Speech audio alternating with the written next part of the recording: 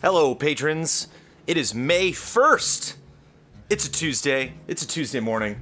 It's Cup of Jones. Chat on YouTube has stalled for me, so I'm hoping everybody is still watching. I hope everybody's ready for a Cup of Jones, because I'm ready. Hope I still have chat. Anton Sebastian, right meow, was the last comment that I saw. But, and there's a helicopter that is circling very intently and has been doing so for the last, like, hour. Yeah, I might have to reload that chat there. I do, there is a little arrow button there. Talk amongst yourselves. What does this little arrow button mean? Why do I have to press your little arrow there? Yeah, there we go. Weird. Even Bloodworth's like, hello. Weird. I don't know, I didn't even touch it. I don't know why I was freaking out about that. Yeah, so before they find us, before the cops break down the door, I don't know if you can hear the stuff like that. Just something you should know about me before we kick off this Cup of Jones. I'm very susceptible to sounds, like, that drives me up the wall. It's really, really hard for me to focus on anything else if I'm hearing something. And that can be like a good thing, you know, like when I see, for example, I saw Avengers Infinity War this weekend, and I'm a big fan of film soundtracks and film music, and so I'm picking up on little themes that are brought in from other soundtracks, and you know, so I'm susceptible to stuff like that. So that's when it's a positive. But if I'm in line at the bank and the person behind me is having a conversation on their phone, I can't think about anything. I don't want to eavesdrop. I'm not like, oh, I'm just gonna spy on you and into your life. But it's like it's like I'm watching a movie of your life right now, and so I'm just completely tuned into the fact that you got to go pick up your dry cleaning and that, you know, your kid's got a recital tonight. That sounds great, you know, congratulations. But it'd be nice to have my own thoughts, but I'm happy to have your thoughts as well. So yeah, I might get to the chopper. I'm also distracted this morning because there's so much going on. It is May. Usually we don't have, I think like maybe once or twice a year, we will have a Cup of Jones that'll be on the 1st of the month. This Cup of Jones is on May 1st. May the 4th is coming up. But we find ourselves on the 1st of May above our 46K goal. And patrons, I wish I could give you a really clear picture of how that happened, but Bloodworth and I are still trying to figure out what's going on. We got this incredible boost last night, and I don't know if it's something Patreon changed at the end of the month or it's something that we didn't see reflected until that actual, like, payment switch began to happen, like maybe the process started on Patreon. I have no idea, because a lot of times we'll see a bump or a drop and we'll go into the numbers and be like, okay, well, what did it? Oh, look at that, somebody changed their pledge, or we had a sponsor that is not a sponsor anymore. And nothing happened. It was nothing from our records. Maybe Blood can back me up on this. That we can really point at and be like, oh, look at that! Wow, we got, you know, incredible support from a one or a select group of patrons. So it's strange. We've actually, you know, in the past have had Patreon make their own changes that we were not directly a part of that it impacted us negatively. You know, charges that, changes that they were going to make to their payment structure that then in turn, you know, caused some people to lose favor with Patreon and either drop out or lower their pledge. And so it's a roller coaster ride when you're doing this crowdfunding thing. And so it's tough. I wish I could be like 120% confident that the money you see right now on Patreon is money we will actually retain for the month of May.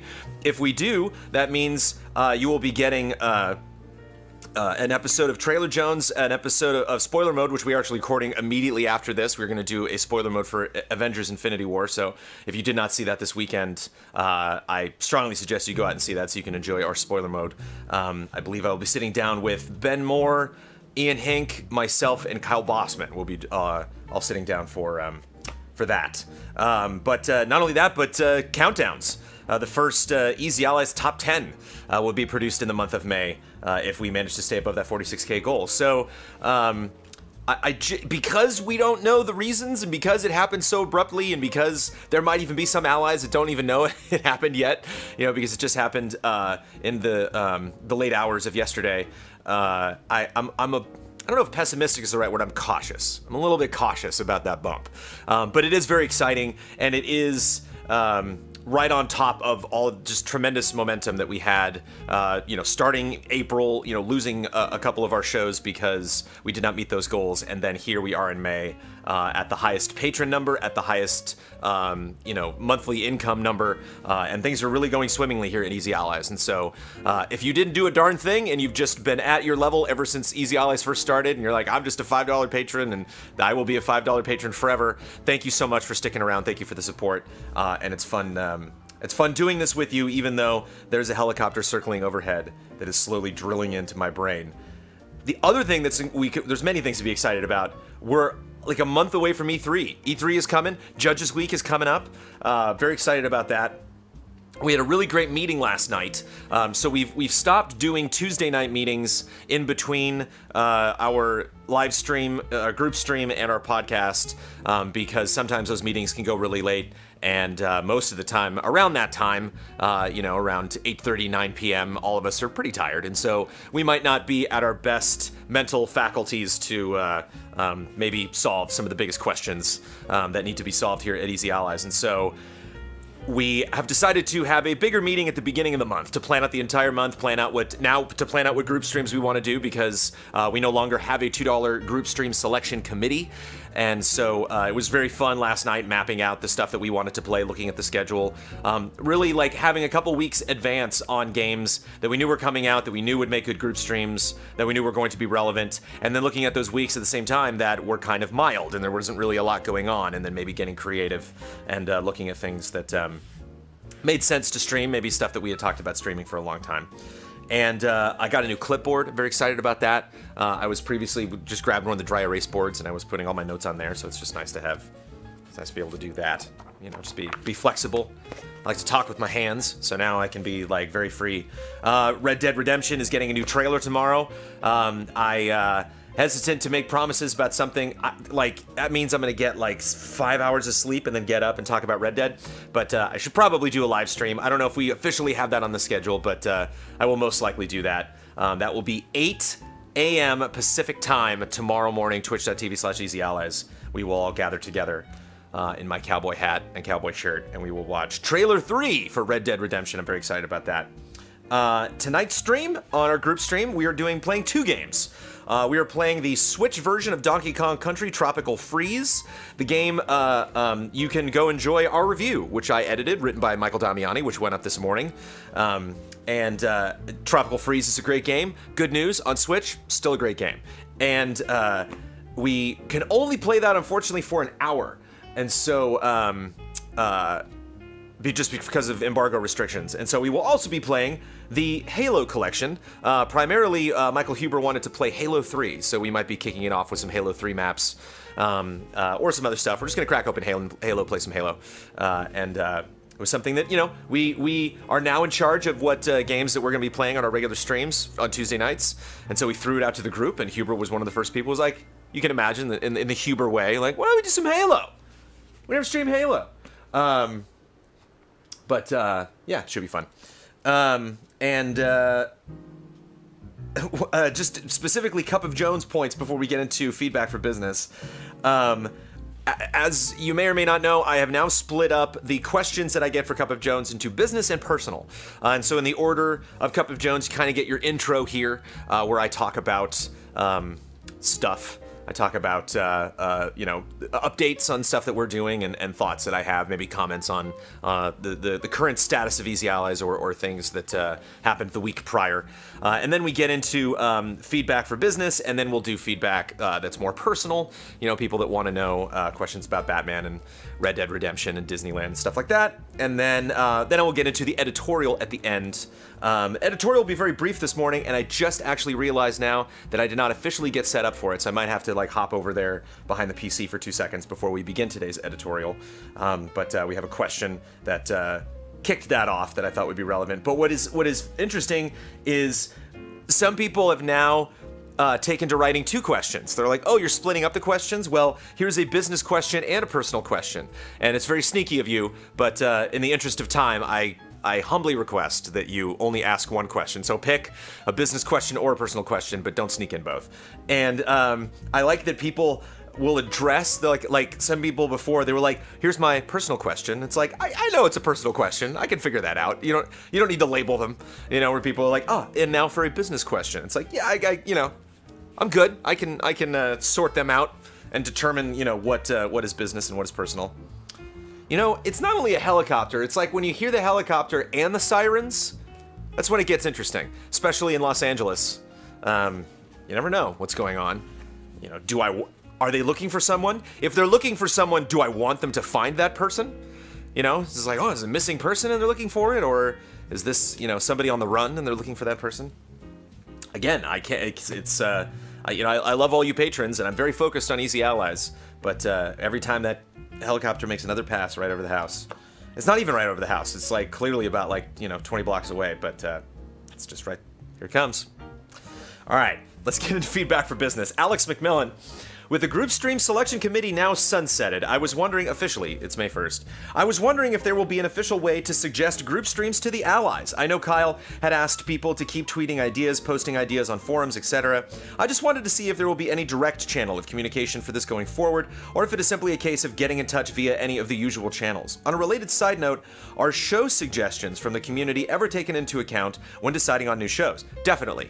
I don't know if I can give, I will give an example, and for that reason, if you are not aware, and for that reason, we're going to be producing 6 episodes here in the month of May and then rolling them out. All of those episodes will be Patreon exclusive. We'll actually have some people asking questions about that specifically later on.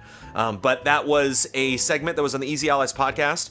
We got a lot of sentiment from our community that said, we want more of that. I want to see that.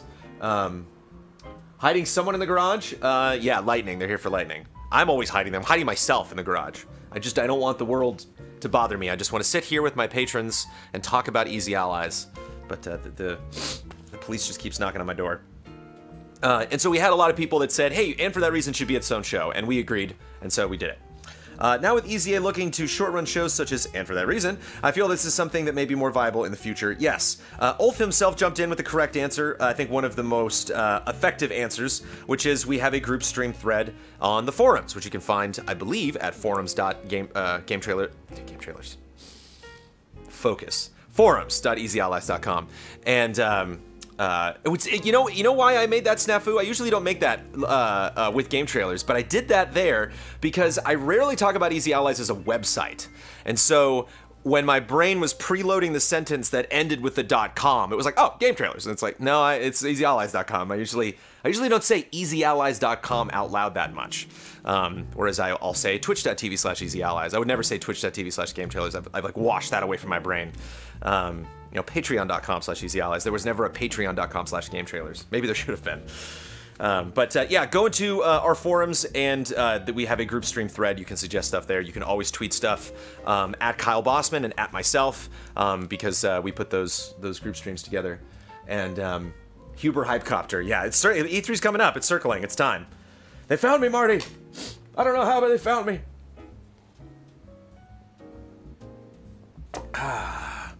Jesse P., in regards to the question last week about making your videos more clickbaity, flashy thumbnails, and really push the marketable internet meme culture, I for one hope you never do this. I personally cannot stand content that is made like this, and I primarily started supporting Easy Allies because I believe in the style of content you create. I hope you know a lot of us here on Patreon support you because you don't disrespect your audience by putting on a fake face and yelling the most current internet meme at the camera. Hey, it's worth a shot, you know? P.S. I love Game Informer. Any chance you do something with them again? Yeah, we love Game Informer. Game Informer loves us. Hopefully, still. They know where we live now, so. Yeah, I think the big thing is that we are crowdfunded, and so that's part of the freedom of Easy Allies is we don't have to do that. Like, as I've mentioned before, we had a question specifically about it last week. If our YouTube numbers go up, if our download numbers go up on average per video, and if our total subscriber count goes up on YouTube, that is only good for us. And so obviously we want to increase that. We have a question later about like, why are thumbnails changing a lot? And so those changes are done in the effort to play ball, as Kyle likes to say, or just do our fiduciary duties on social media and on YouTube. to get ourselves out there in front of as many eyeballs as possible. But it's fun. We're actually starting to notice some trends. You know, we've been around for 2 years, and so we're starting to notice that people are discovering retrospectives and discovering Game Sleuth episodes just because YouTube is finally deciding, oh, I think people should watch this, and so they're serving it up for other people's eyeballs. So yeah, we've been around for sometimes it takes time, and we've put in a little bit of time here at Easy Allies, and so we're noticing the benefits of that.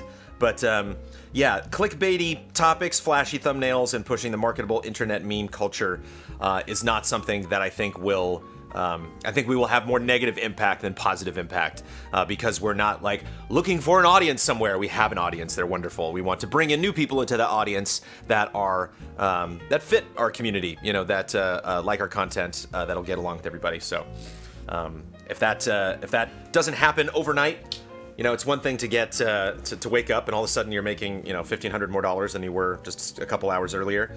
That's great. It's nice to get a little surge like that, but. I think growing at a measured pace is also effective. Apologies for blowing my nose. Ibrahim Sozer, would you be able to do a top 10 countdown pilot episode? It looks like we won't need to. If we stay above 46K, it's kind of a moot point. But yeah, if we don't, say we drop down to 45 before E3, we definitely won't be producing one of those before E3. We're pretty much in full-on E3 mode now. Not only do we have to go pick up, order and pick up a lot of equipment, we have to plug in that equipment, and we have to start running tests. And one of the big changes that I want to see for E3 this year, maybe we'll do an editorial next week just on E3. I didn't really have a lot of time to prep, because we had a big meeting last night, to prep a lot of the fun stuff that we have in mind for E3. So coming up on a future Cup of Jones, I will just kind of lay out a lot of our E3 plans in an editorial. Just kind of talk about E3 in general, and why it's awesome and why I'm excited about it. But if we do not hit that 46K goal, if that's something we really need momentum to get there, I could see us potentially doing a pilot episode in July. I'm not going to make a promise that we're going to do that, but I will make a promise. If we don't hit 46K, we will definitely not do a pilot episode of the countdown before E3, because E3's coming. Ibrahim also asked, early access or easy access? Early access. Easy access kind of sounds gross. So there you go. Haven't found him yet. It's like that dog in The Thing, you know, he's just like flying across the snow. Brandon K. Gann, with the group selection committee now a thing of the past, where can I suggest the Allies partake in another E3 trailer hype fest stream or special non-game stream of that nature? As you'll read during the community showcase, it was a source of great entertainment to revisit, and I would love to repeat of that this year. Have a great day and cheers. P.S. Taking one sip of a drink is also a massive pet peeve of mine. I actually know Brandon personally. I hung out with Brandon last year at Kind of Funny Live. What do you mean? With sip of a drink? So I'm guessing I put a video up and I said this maybe is like a sip of Jones, not like a cup of Jones, a shot of Jones. I'm not sure which is the least gross out of all those things, but is it like this when I just like do this? Is this like a massive pet peeve right here? Just like, does that drive you crazy? I gotta do it. I talk for like 2 hours, man. I gotta refresh myself. So clarify. James Anderson. Yeah, and the E3 trailer hype fest stream. Boy, E3's a blur last year. I can't remember. I guess did we do that leading up to E3? I guess maybe that was a suggestion from our community, and we watched a bunch of trailers beforehand, or maybe after. Yeah, one of the things. I mean, now that we have Trailer Jones as a goal, and we will be producing that this month. I'm actually going to be recording the musical theme later this week. We talked about trailers a lot. We talked about how do we want to talk about trailers. Do we want to do a Trailer Jones thing during our E3 coverage? Do we want to save that for after? When is the best time to talk about trailers during E3? And so we are solidifying those plans.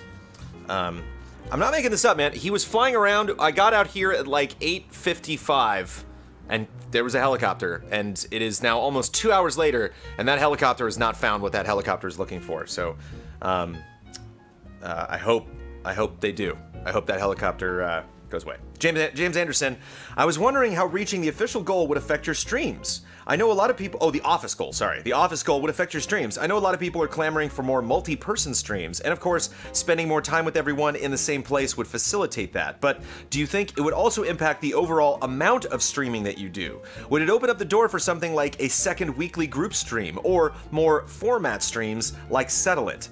Possibly, I don't know.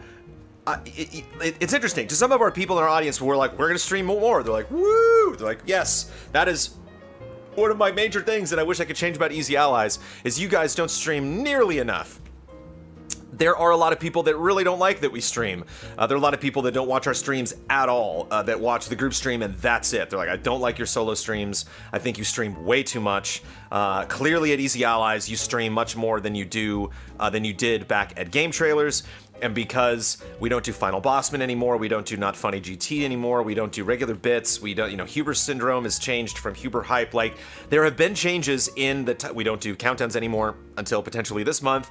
There have been lots of changes in the types of videos that we produce when we do shows, regularly updated weekly, bi-weekly, bi-monthly, or however you say it, monthly shows. And there are many, many reasons for that, but a lot of people that are not big fans of our streams tend to blame the streaming on that and say, it's obvious why you aren't doing countdowns, it's obvious why you don't have time for Final Bossman, because you're just streaming all the time. And so I don't know if we would necessarily like double our streaming number, like we might add 1 or 2 streams, but you bring up a good point that group streams would be, I don't know if I would necessarily say easier because we still have to drive somewhere, but like we would probably have more solid blocks of production time, so we wouldn't just have like random shoots here and there like we do now. We would maybe have like a couple days a week that are clearly blocked out as big work days, and of course if we're showing up to do something and we have a little more space, right now if you're involved in the production of something, you're in this garage and you're shooting it. Whereas if we were in a studio that had maybe I don't know, more than one room, then people could be in one room working or editing something, and then people could be in another room streaming or shooting a show. And so we'd be a little more flexible, and so it would make a little more sense for people to hang out, and it wouldn't just mean like, hey, we're gonna do this thing, and if you're here for the thing after that, go outside and I hope it's not raining, so it would change that dynamic. One thing, the 2 big things that jump to the top of my head, James, when it comes to how streams will be different. One will be the set that you're seeing behind you right now, the set, like the decorations that we did for this corner of the garage, are the same as the shows that we do. So if you watch Frame Trap, if you watch Friend Code, if you watch the Easy Allies podcast, if you watch our group streams, if you watch me streaming stuff, it all kind of looks the same. And one thing that very much excites me is not only if we were just to have one big space, make that space a lot more flexible, have set pieces and stuff like that, that if we were to move off screen, we would actually have somewhere to put them. But potentially if we were to have 2 rooms, what I really want is to have, this is the room where we shoot the shows, this is the room where we live stream. And potentially, depending on how close those rooms are together, we could possibly be shooting a show and streaming something at the same time. And so if we were able to do that, then that would, I think that would definitely increase productivity, and that would bring you more streams. The other thing too, that I don't want to make promises now, and because if people potentially get nervous around that, and I think even if we did, it would be in a very experimental nature, but I want to bring other people in. My wife is involved in a very fun improv group called Ripley Improv that you can follow on Twitter at Ripley Improv. And they do really great work, and they just did a stream recently with the Hyper RPG Hyperdrive that they did this weekend. They played a horror game that we hosted on our Twitch channel. And so, and there's just other people that I know that are, we do lots of work with Sean, German Efficiency Clinton, and he streams games and he makes videos about fitness, and so there's lots of things we can potentially experiment with and get into, and kind of people that we can introduce that aren't us, that are much more interesting and diverse than us, that we could bring in to the Easy A family. I'm much more interested in doing that when we have a big space that can accommodate them, when we actually have a centralized location that is not my house. And those are 2 things. 1, a dedicated set for streaming, and 2, possibly bringing in special guests to do their thing and see if that's a show or that's the type of content that our Twitch audience would enjoy. Ferris Klingoff, It would be great if the Allies could promote the Easy Allies forums every once in a while. Well, I've already done so in this episode, so I feel good about that. There are always a lot of great threads about new topics to discuss, as well as a bunch of threads that stick around. One of them, General Gaming Deals and Giveaway, like the name suggests, is dedicated for the promotion of great deals. Oh, man. Just got a really loud pop from that helicopter. Sorry. Like the name suggests, is dedicated for the promotion of great deals and a place to share unused keys for other allies to enjoy. And who doesn't like cheap or even free games? Yeah, that might be something we want to add to my takeaways list. Forums. Promote. Yeah, that would, I think we can potentially add that to when we talk about our Patreon at the end of the Easy Allies podcast. I think that would be nice. Maybe I'll jump in tonight when we record that and I'll be like, and we have a forum. Go check it out. This is where I will officially apologize to members of EasyAllies.com, to our patrons, to our lovely subscribers on Twitch and on YouTube, and the people who go to our website that I don't spend a ton of time in the forums, I will be honest. I'm definitely more focused on the business side of Easy Allies, and I'm more focused on our content. And it is definitely more people like Kyle Bossman and Michael Damiani and Daniel Bloodworth. Primarily Daniel Bloodworth. Always Daniel Bloodworth. Who spends a lot of time in the forums and makes sure that a lot of that communication that happens there is translated to the rest of the allies. So that is something that more allies can do, and hopefully in the future we will have time to do it. Kevin Kawag. Is it possible to buy official Easy Allies stickers? I've been looking for some to put on my laptop and car, but haven't been able to find any other than what appeared to have been a few fan-made ones on Redbubble. Are there any plans to have some in the EZA merch store? The only official sticker that we have ever made, you unfortunately cannot buy on its own, and I think the stock is still out on the new t-shirts that we have created, but if you go to twitch.tv/EasyAllies, you can see the link to our new shirts. They were done from Fangamer. You can also just Google Fangamer Easy Allies, and you can see the page for that. And if you order, I don't believe it is the Love and Respect shirt. I believe it is this one. If you order this fancy shirt, then you will get a Rufus sticker that is currently adorning my laptop and is one of my favorite things of all time. We've had a lot of really great Rufus love lately. We had that sticker that was introduced at our 2-year anniversary, and Kyle Bossman made a wonderful bit GIF on Twitch. So if you give us bits on GIF, technically I'm on YouTube right now, so I can talk about bits. If you give us bits on Twitch, you'll get a Rufus, and the more bits you give, the more animated he gets. And so Kyle had a lot of fun putting that together. And Kyle Bossman, everybody, he actually created that from the ground up. He looked at Rufus and made an animated GIF. And it would probably take me a lot longer than it took him to do something like that. So, but I love stickers, and I think there's a question coming up of like what merch do we want? I love stickers, I love buttons, I love pins. The buttons, the type of buttons that the type of buttons that you can like have a pin and like put on your shirt. Kif. $60,000 goal, so we should have more stickers, is the moral of that story. Kif, $60,000 goal, a once-a-month scripted show called The Last Kyle. That is always a possibility. We always want to inspire Kyle to get back to doing content that people really like, but that certainly will not happen for a while because Kyle is knee-deep in producing Box Peak, and we're very excited about seeing that come together. Josh Reed, pronounced Reed, spelled R-E-A-D, but pronounced Reed. I will do my best to remember that. All I'm remembering right now is my brain's like, helicopter? You wanted to remember a helicopter? I apologize if this has been asked before, but what was your garage like pre-EZA? How often did you utilize it? What did you use it for? That's a borderline personal question, but I guess it's somewhat business related. I used my garage for storing extra beverages and playing video games. When we actually purchased this house, before we lived here, when the previous tenants lived in this house, they were renting this garage out. And so that is something that Amanda and I have debated. If Easy Allies moves out of this garage, would we potentially, turn this garage into an apartment, into some place? It's got, we had a sink and a little mini fridge back there and a stove that we took out to make room for Easy Allies, but we can do a little tiny remodel and get that stuff back in. It's got a bathroom, toilet, shower, sink.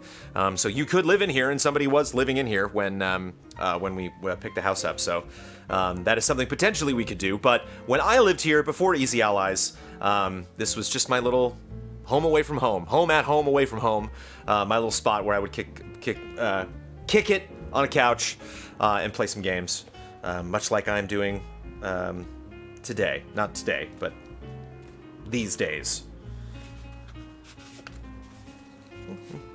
But maybe I can talk about that. I think we're due for another video where I mentioned that I want to do a video. It's funny, this video keeps changing because our goals keep changing. We're growing very fast in the last couple of weeks, financially, and you know, our money on Patreon and our patrons and YouTube subs and everything. But I really want to make a video detailing what our studio could possibly be like, what we want out of our studio, what that would mean to us, how Easy Allies would improve with that studio, and maybe it would be nice to add it to the end of that video to talk about like what this garage was like before. But I will say this, even if we move into a new studio, I would still very much like to do Cup of Jones here. It would be kind of fun to just be hanging out at my place. And I know there are some people that are like, oh, I don't want to see the garage go away. And so I definitely want to keep doing stuff in the garage so people can return to the garage if they miss it. Although I think you're going to like a potential studio if we could put it together.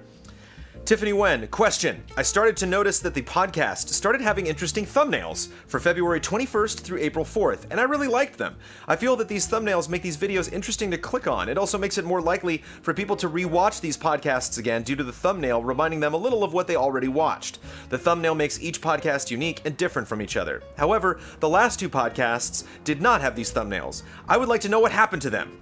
I really like these, and I feel that more people on YouTube would more likely watch your podcast if you have these interesting thumbnails. Tiffany, you are incorrect. We changed those thumbnails, and viewership of the Easy Allies podcast dropped.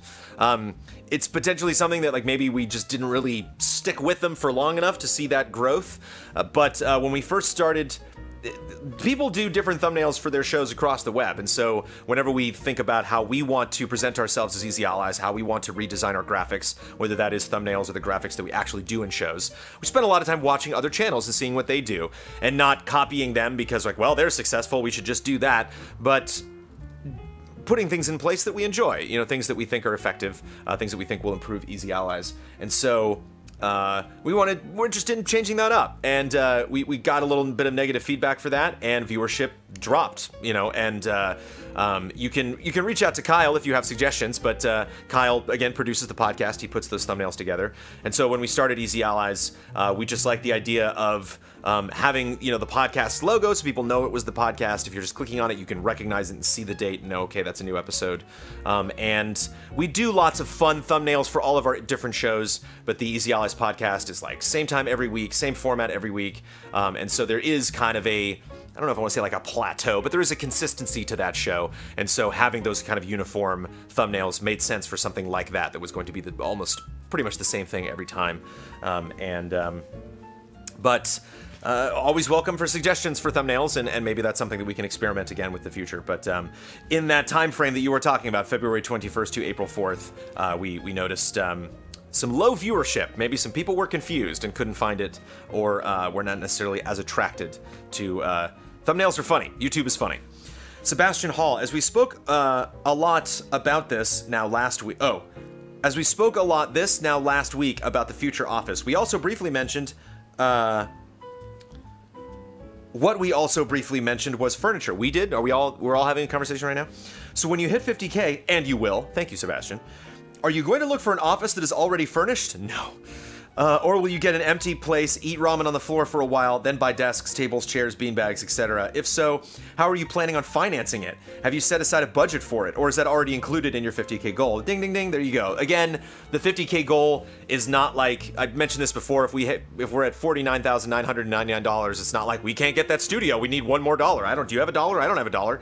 50K represents a comfortable cushion of getting that studio. So if we dip down to 49, we can keep the studio. If we need furniture or need a couple extra cables or need an electrician to come in or need somebody to come in we need to paint the walls or whatever, like if there's any kind of big surprise things, as somebody who has enjoyed the perils of home ownership for the last 7 or 8 years, I definitely appreciate having a little extra money set aside for things like that. And so and that's really exciting, actually, now that we had our successful fundraiser a week or two back, that we know that we have the money to we're kind of future-proofing a lot of this stuff. You know, it's why we're investing in 4K. It's why we're really looking at things that we can just then move to the studio and use in the studio. You know, new monitors for the PC, potentially a new PC. One thing that we definitely want to do is, right now when we stream PC games, we stream the game on the PC that we're also streaming from, or play the game, sorry. And so the better way to do that is to have one PC that is specifically built, customized for streaming, and then have another PC that is specifically built, customized for gaming, and then have the gaming PC go into the streaming PC. And then they make a little PC, and that's how PCs are born. Alex Pisa, please, in the group streams, tell Damiani to decrease the game banner size. Yes, it's been improved over the last few months, but it still seems to be in the way. Maybe just fade it in and out at certain parts. I'm guessing you mean the mortise, the images that you see around the game that we are playing. The size of that is constantly in flux. I'm sure Damiani gets a lot of opinions about that. Alex, you are one voice of many voices, so I will pass on your one opinion, but if I suggest that to Damiani and he's like, no, there's not a lot I can do about that. I definitely want him to have the power to graphically change that stuff and test that stuff, because he's staring at it a lot more than anyone else is that is on those streams. And that is something that, thanks to the wonderful Chris LaRue, who's been doing graphics for us, we've been experimenting with. And so yeah, you will definitely see changes in that in the future. One of the big topics that we talked about that we're going to be customizing a lot, that there really is no right or wrong answer, because everybody doesn't, there's, like, no matter what we do, there's always people who are like, I don't like this. But how big the press conferences are and how big the allies are when we do E3. Some people want the press conferences to be bigger. They're like, I don't care about you, Easy Allies. I don't even want to look at you. And some people are like, I don't want to look at the press conference. I have that opened up in another window. I want to see you guys. Why are you guys so small? Sometimes we get up out of our chairs and jump around, and it's like, well, do we want to leave a bunch of headroom above us that's just sitting there for like 80% of the stream and only comes into play when we're like, woo, like standing up? Like, do you want this to happen where it's just like, yay, and you're just like looking at jeans, you know, for like the stream?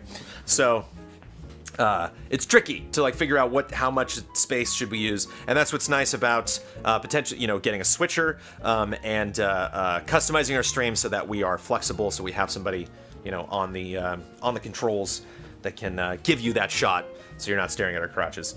I will pass that on. It's always good to just directly send those messages to Michael Damiani, because he is the one that's largely making those decisions. And that doesn't mean he has like total autonomy over the visual style of Easy Allies on Twitch. He just is the person that works on that the most and has a lot of really great ideas. We should have 2 streams? Yeah, I don't know. We definitely want one stream. We definitely want to have one location where everybody's hanging out. Jeffrey White, how is it that... I love this question. I've been waiting for this question ever since we started Easy Allies, and it finally happened. And Jeffrey White, I'm proud of you. You win a toaster. How is it that Alec Church and Culinary Stud consistently conclude the Easy A podcast sponsor segment shown at the last podcast of each month? I think it's cool, but I wonder why they're usually last on the list of names. Culinary Stud has actually only done that, I think, for like 3 months now. But for those of you like, what? That might just be a $1 or above patron. We have a level, I don't know what it is off the top of my head. It might be 25, I don't know, maybe Blood can correct me. But we have a tier on patreon.com/easyallies where you are a Patreon podcast producer, which means at the end of the month, I read off the credits. This is not repeated. I do this fresh every single month. I get the list from Patreon, and then I read out all of our patrons in the order from the top donators all the way down to I believe it's 25. It's 25, nailed it. From our $500 patrons, now our $700 mega. Ooh, I get to do mega sponsors this month. Oh, I wonder what the mega sponsors are gonna look like. Maybe they'll have like a red glow behind them or something, and and like their names will echo or something. Oh, this can be interesting. Mega sponsors. But we go through the big $500 sponsors, and then the Frame Trap sponsors, and then you know, Tabletop Escapades, Blood Pact, and then all the way down to the $25 level. The font size gets smaller, you know, as I read off those names. They're very fun. I encourage people that don't like Josh Reed, let me know how to pronounce his name. I really appreciate that. I've gotten better at pronouncing some of these names, and I'm sure that I apologize before. If you don't listen to that, if you get to that point at the end of the last episode of the month of our Easy Allies podcast and just boop, I'm out. If you've never listened to those, at the beginning that I say I apologize in advance to all of the ally names we are about to misspell and mispronounce, because I know it's going to be some. And I know it's frustrating too for people because I will pronounce their name correctly one month, and the next month I'll pronounce their names incorrectly. I do have a chart that I keep that has everybody's names on it that are tricky, but the Alexander Zhiryanovs of the world. But Culinary Stud only snuck in there at the end. Alec Church, who I have met, so it's kind of fun to see Alec's name pop up there at the end and be like, Alec. But the reason why Alec is at the end there is that's the list I get from Patreon. So what I do is I go, there's two ways we can look at patrons. We can look at like the current list of patrons, but again, sometimes when you're in the middle of the month, those are people that have pledged money but haven't necessarily been charged for that money. And so when I actually get to that point at the end of the month, I will click on the specific month. So what I did at the end of April, I clicked on April. It's actually labeled as March, which is kind of frustrating because it's technically the pledge is in March. So when I'm getting ready for the podcast before the beginning of April, I'm clicking on March to read the sponsors for April.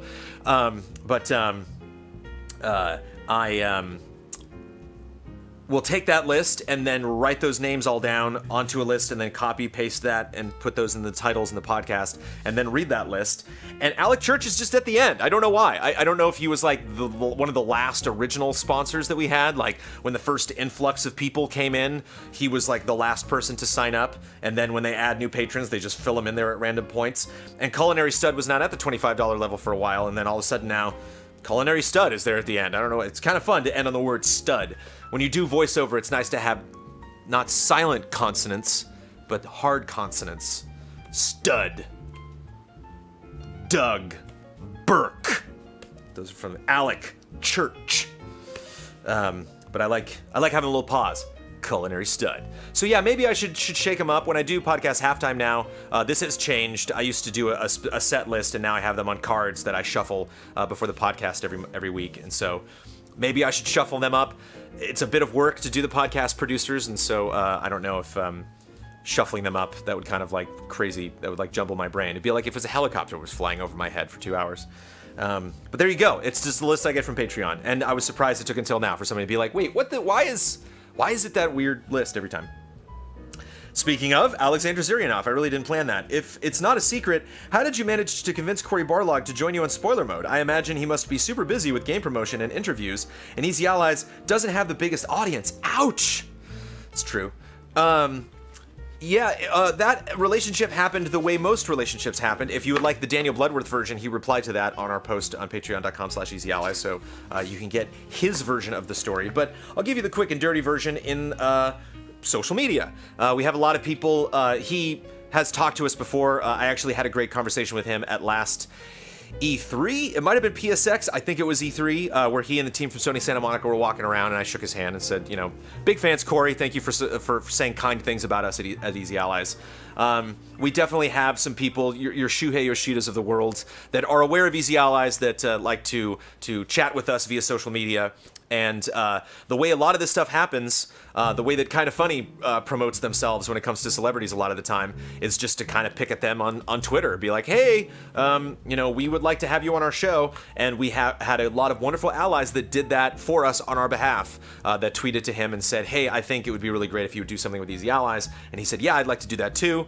And then after that happened a couple times, we opened up a dialogue between some of us, primarily Huber, obviously because Huber's a big fan of God of War, and so he and Huber had a bit of an exchange. And then, but of course, like you were saying, there's lots of promotion going on, and so we had to work with Sony and the PR team at Sony that was directly working on God of War and try to figure out a good time for him to come on. And it just, the stars aligned. It just happened that he was going to be available that day and was interested in doing spoiler mode-esque stuff. And so we had our first real deal developer come by. We've had developers before. I'm sure they were probably just insulted by what I just said. But we had our first big AAA PlayStation exclusive game director. I think that was our first here at Easy Allies. So That's the short story of how that happened. James McCoy. I've seen a little concern about EZA having more patron-exclusive shows. While for me, as a patron, I obviously don't mind personally, I do wonder whether shows like And for That Reason should eventually be released to the public to help bring in more viewers and potential patrons. This window could be much wider than the early access period, maybe 2 weeks to 1 month. Hey, that sounds promising, actually. I think they went over there. I think they're done. I don't know if you heard that. That didn't sound like a circle. That sounded like, wait, time to go to point C. Fingers crossed, everybody. They gave up. Or maybe they didn't. Maybe they got him. I don't know. Or her, who knows? Or it. Maybe it's a monster. Maybe it's a BOW. To help make sure they do still feel exclusive for patrons during the first few days where most videos get the majority of their views. Yeah, that's potentially something that we could do, certainly, especially because some of the patron-exclusive stuff that we want to plan in the future is going to be limited run. So the first season, if you will, of And for That Reason will just be 6 episodes. Maybe when those 6 episodes are done, we can wait another couple weeks or a month and then release them all on YouTube. Or start to release them out on YouTube for people that haven't seen it, and then maybe put something, a little like title at the end and be like, this is a patron exclusive show. We premiered this last month. If you would like to see patron exclusive shows when they premiere, go to patreon.com/EasyAllies. And I think, I don't know, I saw some comments, I can't remember if they were directly from this episode of Cup of Jones, but I saw some people, and this is just going to happen, it's just kind of how this Patreon works, that really don't like those exclusives. They don't like that, it doesn't make sense, a Cup of Jones is exclusive, everybody should see this, everybody should see everything that you do.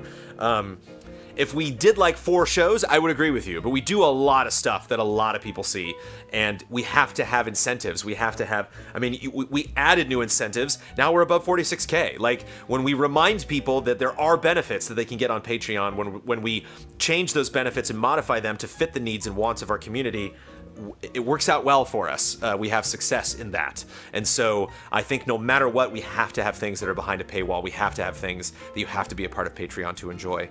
I have always enjoyed and will always enjoy, for as long as I do this show, the fact that hopefully, if everything works out well, all of the people that I'm talking to right now are patrons of Easy Allies. A lot of the names that I recognize in chat certainly are patrons of Easy Allies. And so I like having this discussion with those people. I like giving gifts and giving benefits and rewards to people that pledge at certain levels. It's how Patreon works, it's how our business works, and for the foreseeable future, we will continue to do that. But the interesting idea, James McCoy, I'm not making any promises, but I will, when And for That Reason is finished, we will consider that. Daniel Matos, as I'm writing this, the Frame Trap sponsorship tier has only 3 of its 7 slots filled. This seems odd since Frame Trap regularly touches or exceeds 30,000 viewers on YouTube per episode.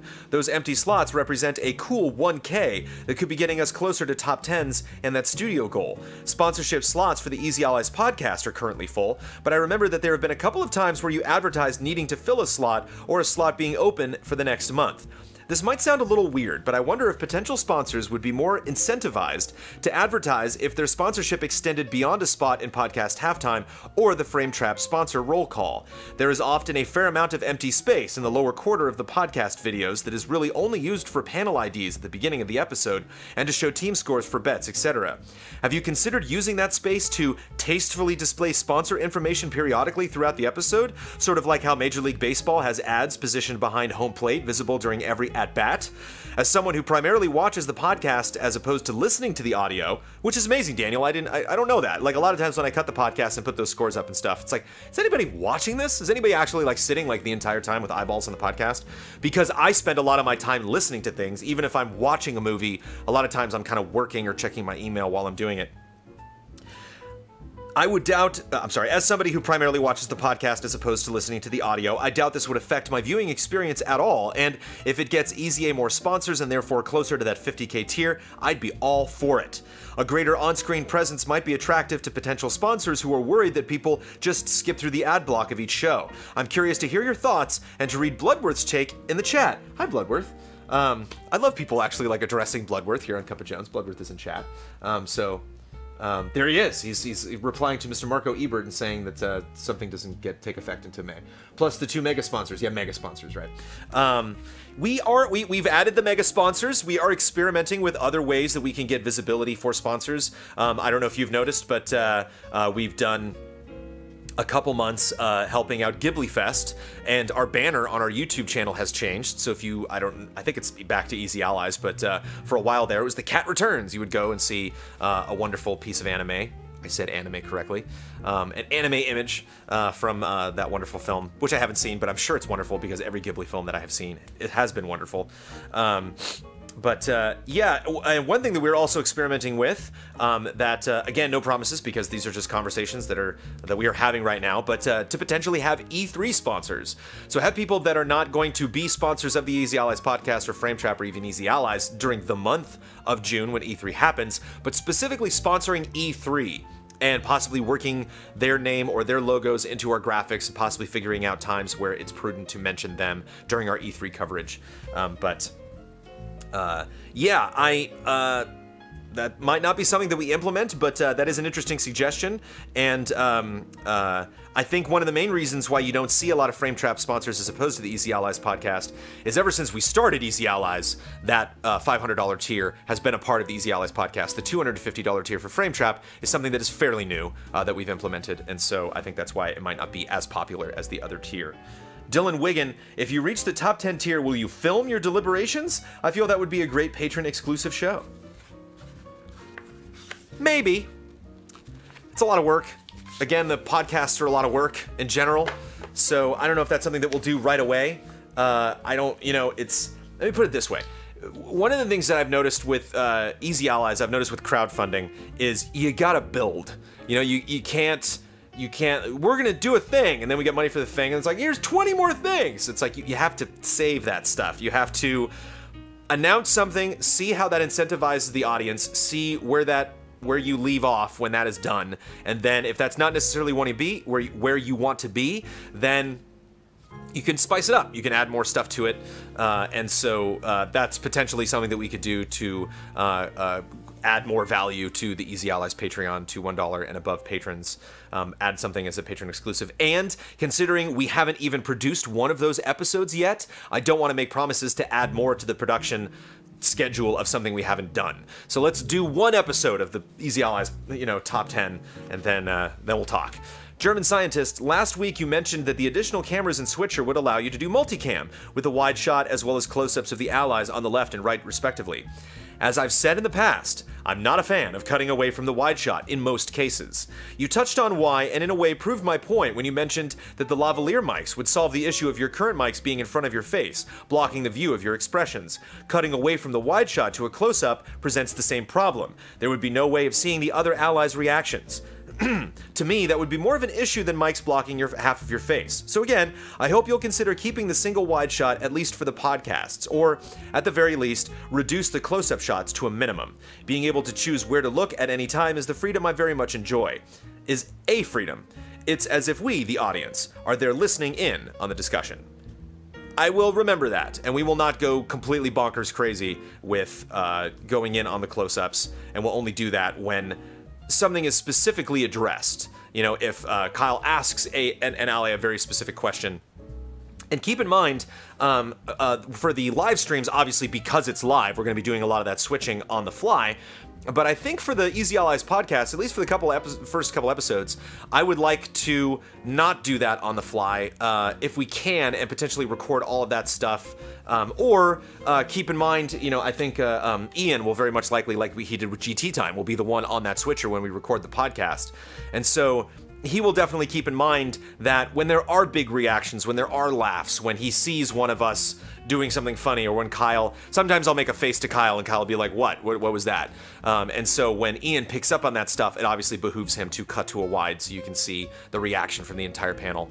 But I hear you, German Scientist. It's tough because I think this is one of those cases where we have to do our fiduciary duty. We have to do something. This isn't clickbaity, but I think it just generally improves the quality. Look, we just had a comment from somebody who says they watch the Easy Ally podcast and don't just listen to the Easy Allies podcast.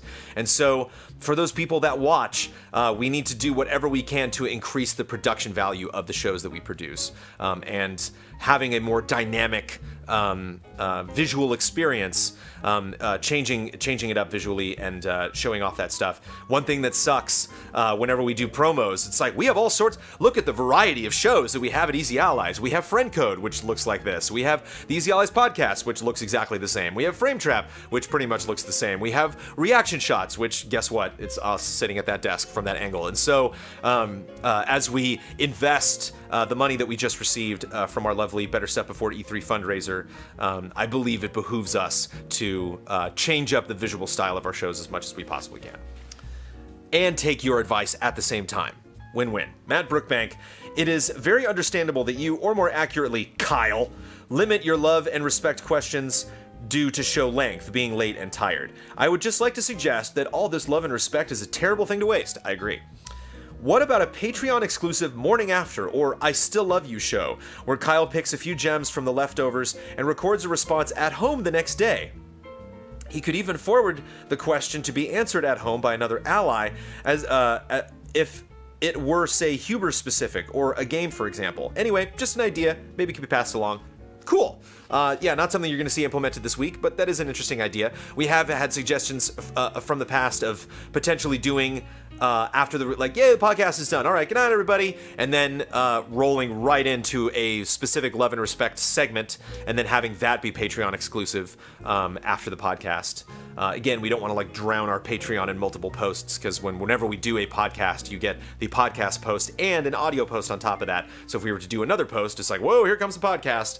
And so, you know, we don't want to oversaturate our various channels. But you raise an excellent point, which is we have lots of really great questions. Just like I do here on Cup of Jones. Let's move on to the next one. Dakota Hayes, whenever you inevitably reach your 46K goal, apparently we did. What if on occasion you do more personalized top 10s, like Huber's top weapons, Ian's top souls bosses, etc.? It could possibly help reduce the time it takes to produce said content if you're not having to deliberate as a group. I even remember some episodes from the GT days where it was more of you guys talking to the camera than there was game footage. Again, yes, it'll be fun to experiment with this new format once we actually have a format and produce the very first top 10. But it's nice that even before we do the first episode, people are having wonderful suggestions about how we can increase, how we can make that show better. And now I pause to take a sip. Suck it, Brandon Gann. I would call that more of a gulp than a sip. This is a sip. It would be annoying if I just did this. Like I'm drinking soup. I'm sorry for that. That was bad. I apologize. Everybody in audio, they're like, oh God, I'm in my car, Jones. Stop it. As you surely noticed, the 2 Cup of Jones-like updates you posted on the main YouTube channel got lots of views and positive comments. I think they also brought in many new patrons, since there's been a huge surge in the numbers ever since the donation stream ended, and especially after you posted them. So why not keep the YouTube audience updated once in a while, not necessarily every week, with a sip of Jones, as you called it yourself. What I mean is giving a general update on the new shows, important changes, premiere dates, new stuff you bought with the donations, and so on. Could even be shorter than 10 minutes, just something to engage the 150k plus subscribers you have on the channel and maintain the flow of new patrons going. I doubt patrons would be opposed to it, especially if you film it during regular Cup of Jones. Besides, there would be no questions and no editorials, which are the meat of regular Cup of Jones, so the exclusivity of the show would be maintained. Think about it. P.S. Please upload Damiani's recap of Dragon Ball Z on the main channel. It's going to rake in quite a lot of views, I'm sure. That's up to Damiani. And Bloodworth, of course. I don't know if that's something we want to post so far after. That would be kind of random. Or amazing. I don't know. I'll bring it up to the group. I actually already wrote that into feedback. Yeah, that is definitely something that I will do in the future. It's something that I wanted to do in the past. Something I didn't do because I was a little nervous about, you know, making this stuff non-exclusive and just good old garden variety classic laziness. And so we started doing that. That worked out really well. Speaking of thumbnails, I kind of goofed on the title for the thumbnail because I put it went to the bottom right, and you want to stay away from that bottom right whenever you make YouTube thumbnails because that's where the running time is labeled on YouTube. Yeah, I do kind of have a format for Cup of Jones thumbnails now. Maybe Blood can help me make like a more standard format for Cup of Jones episodes, and then as we post more of those, we can have a playlist so you can see old stuff. And we've talked also more about plenty of promo stuff that we want to do. Here's what we want out of our studio. Here's reasons why you should head on over to patreon.com and become a patron of Easy Allies if you haven't already. But announcing these things to our YouTube audience is something that we've gotten better at. We did a promo for our fundraiser, which we had yet to do promos for special events like that. I'm sure we will have more promo stuff leading up to E3, promo stuff leading up to Easy Livin' later this summer. That's a great idea. Yeah, and it worked out well. Matt B, what is the piece type of merch you feel is most lacking from EZA? We kind of talked about this, buttons. Buttons and stickers. Perhaps a better way of putting that would be, what piece type of merch would you most like to offer, and what are the obstacles preventing you from doing so? Just time.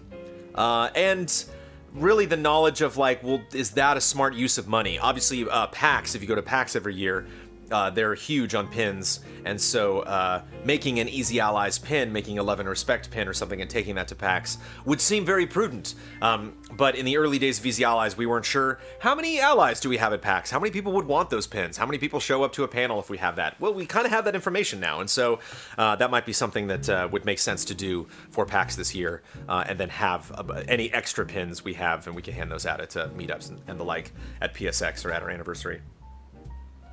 Excuse me. Yeah, I think that helicopter went away. Thank goodness. Eric Galdino, new patron here. Hi, Eric. Sorry if this has already been asked, but what do you think about putting the group streams and special events like the fundraiser streams on the main channel? We don't put them on the main channel because we put them on our second channel, which is Easy Allies Plays. So not youtube.com/Easy Allies, Easy Allies Plays. You can see it as one of, on the, near top right corner of our YouTube channel. You can click on that. And you might have already been aware of that. But we don't put a lot of our streams on the main channel because we just produce a lot of stuff. Sometimes we do, sometimes things happen. We have a show on there that we just introduced called Easy Allies Clips, where you get a little refresher on a lot of the stuff, fun stuff that happened in the prior week of Easy Allies. And we credit the user on Twitch that clipped that specific segment out. And even that show has evolved already since we first started working on it. So every now and then you will see something that we streamed, presented on our main channel if we feel it is big enough and important enough to be mentioned with in the same vein as just regular shows that we produce. But we just had so much stuff that we thought it was we thought it made sense to split that.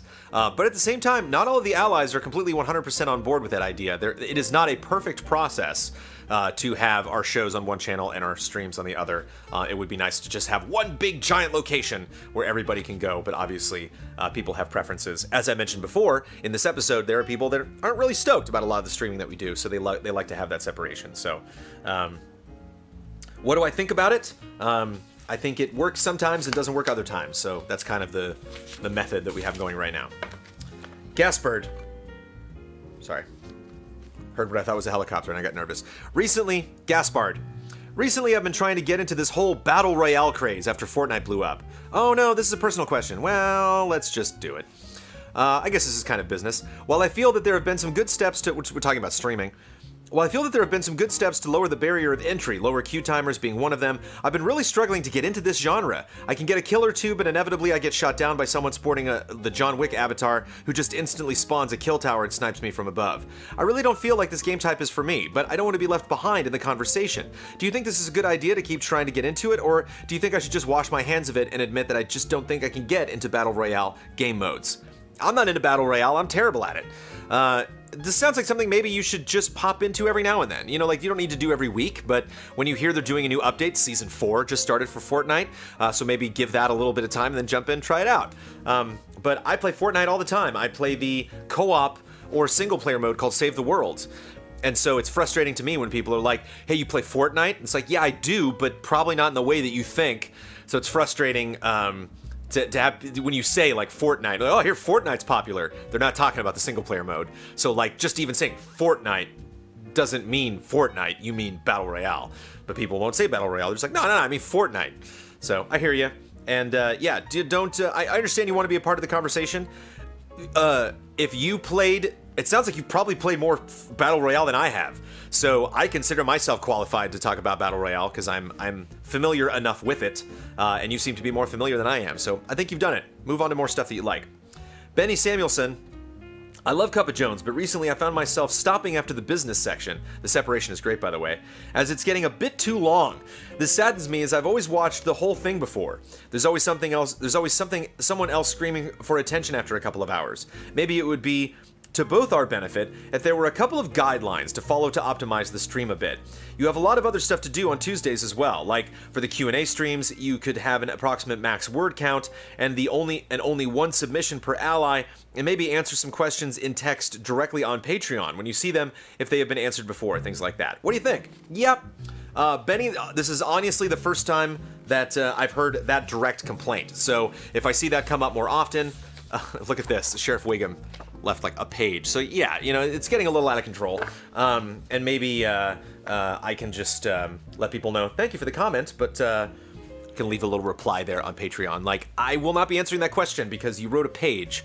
So don't do that, and maybe just specify, or maybe write some stuff as kind of like a you know, word your comment in a way that you're like, here's some backstory for you to just understand this that'll maybe give you some more information when you give me your answer, but right down here at the bottom, that's the question. So when I answer the question, I can be like, here's this specific question, and you didn't see this before, but they also mentioned these bits.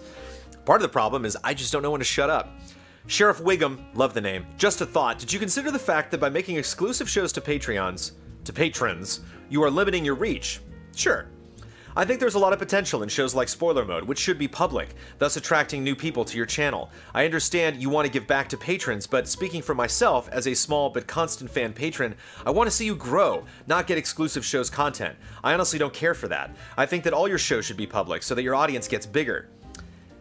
Yeah, our audience gets bigger, but does our Patreon get bigger? If we get bigger, but we're not making more money, are we succeeding? That's the question. To me, the whole thing that we are getting things early just means we are getting them on time, while others get them later. What I want to say is, I think that many people support you because they like you and your shows and wish you the best. They don't support you to get exclusive content, in my opinion. It depends. What I think is more interesting to patrons is the ability to interact with you on some level, like comments, messages, etc. Also, since I already posted a wall of text, I might as well just keep going. I don't know if I agree with that. I love all of your content and everyone on EZA. Been watching you since Game Trailers with Shane. But what I find to be problematic with EZA and why I think it's so hard to reach a broader audience, it's that it's very difficult for the outsiders to understand what this channel and you guys are about, and what the shows are about. A lot of the thumbnails are just people's faces or something obscure. Same goes for content. I am, for example, longtime fan, but have only limited time, so I prefer to watch the podcast Frame Trap and once in a while Cup of Jones. There are a few shows on your channel, I'm still not sure what exactly they're about. This might speak a bit to my ignorance, but also a bit to the communication to the audience and making things accessible and readable.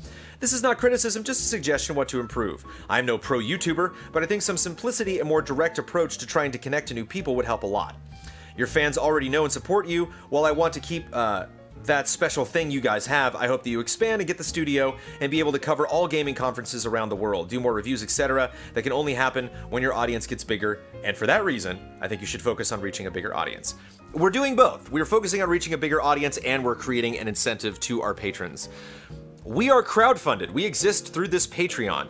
You know, things work out. Ooh, it's getting dark. Might start raining. Just got dark. The clouds just came in. It just got dark outside. Gotta keep the couch in tonight when we shoot the podcast because it might rain.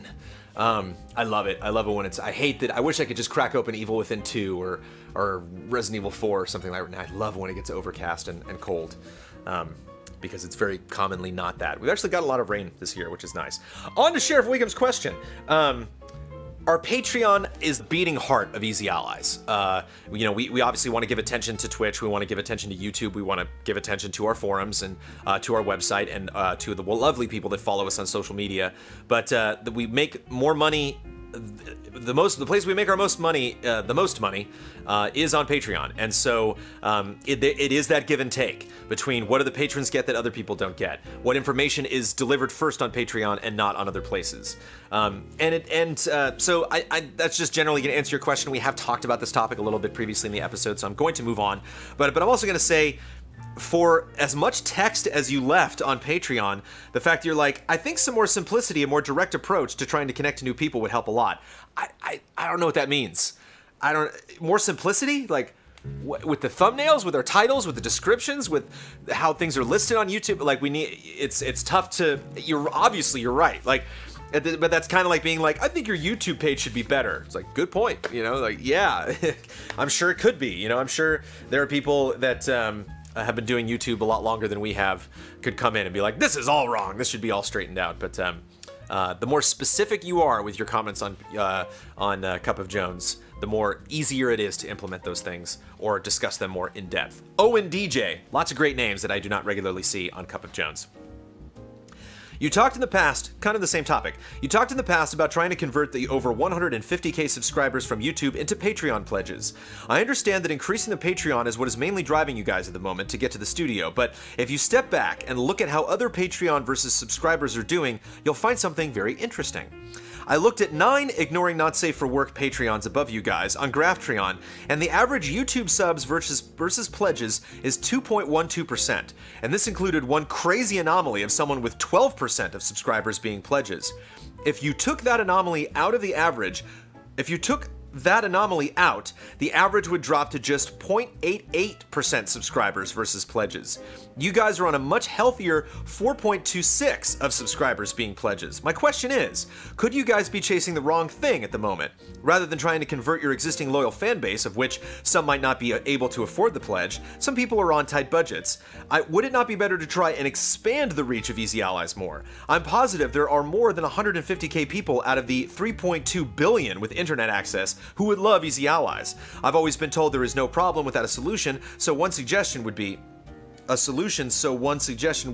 yes, I know it's cheesy, to ask people to share your videos more than you do. Sure.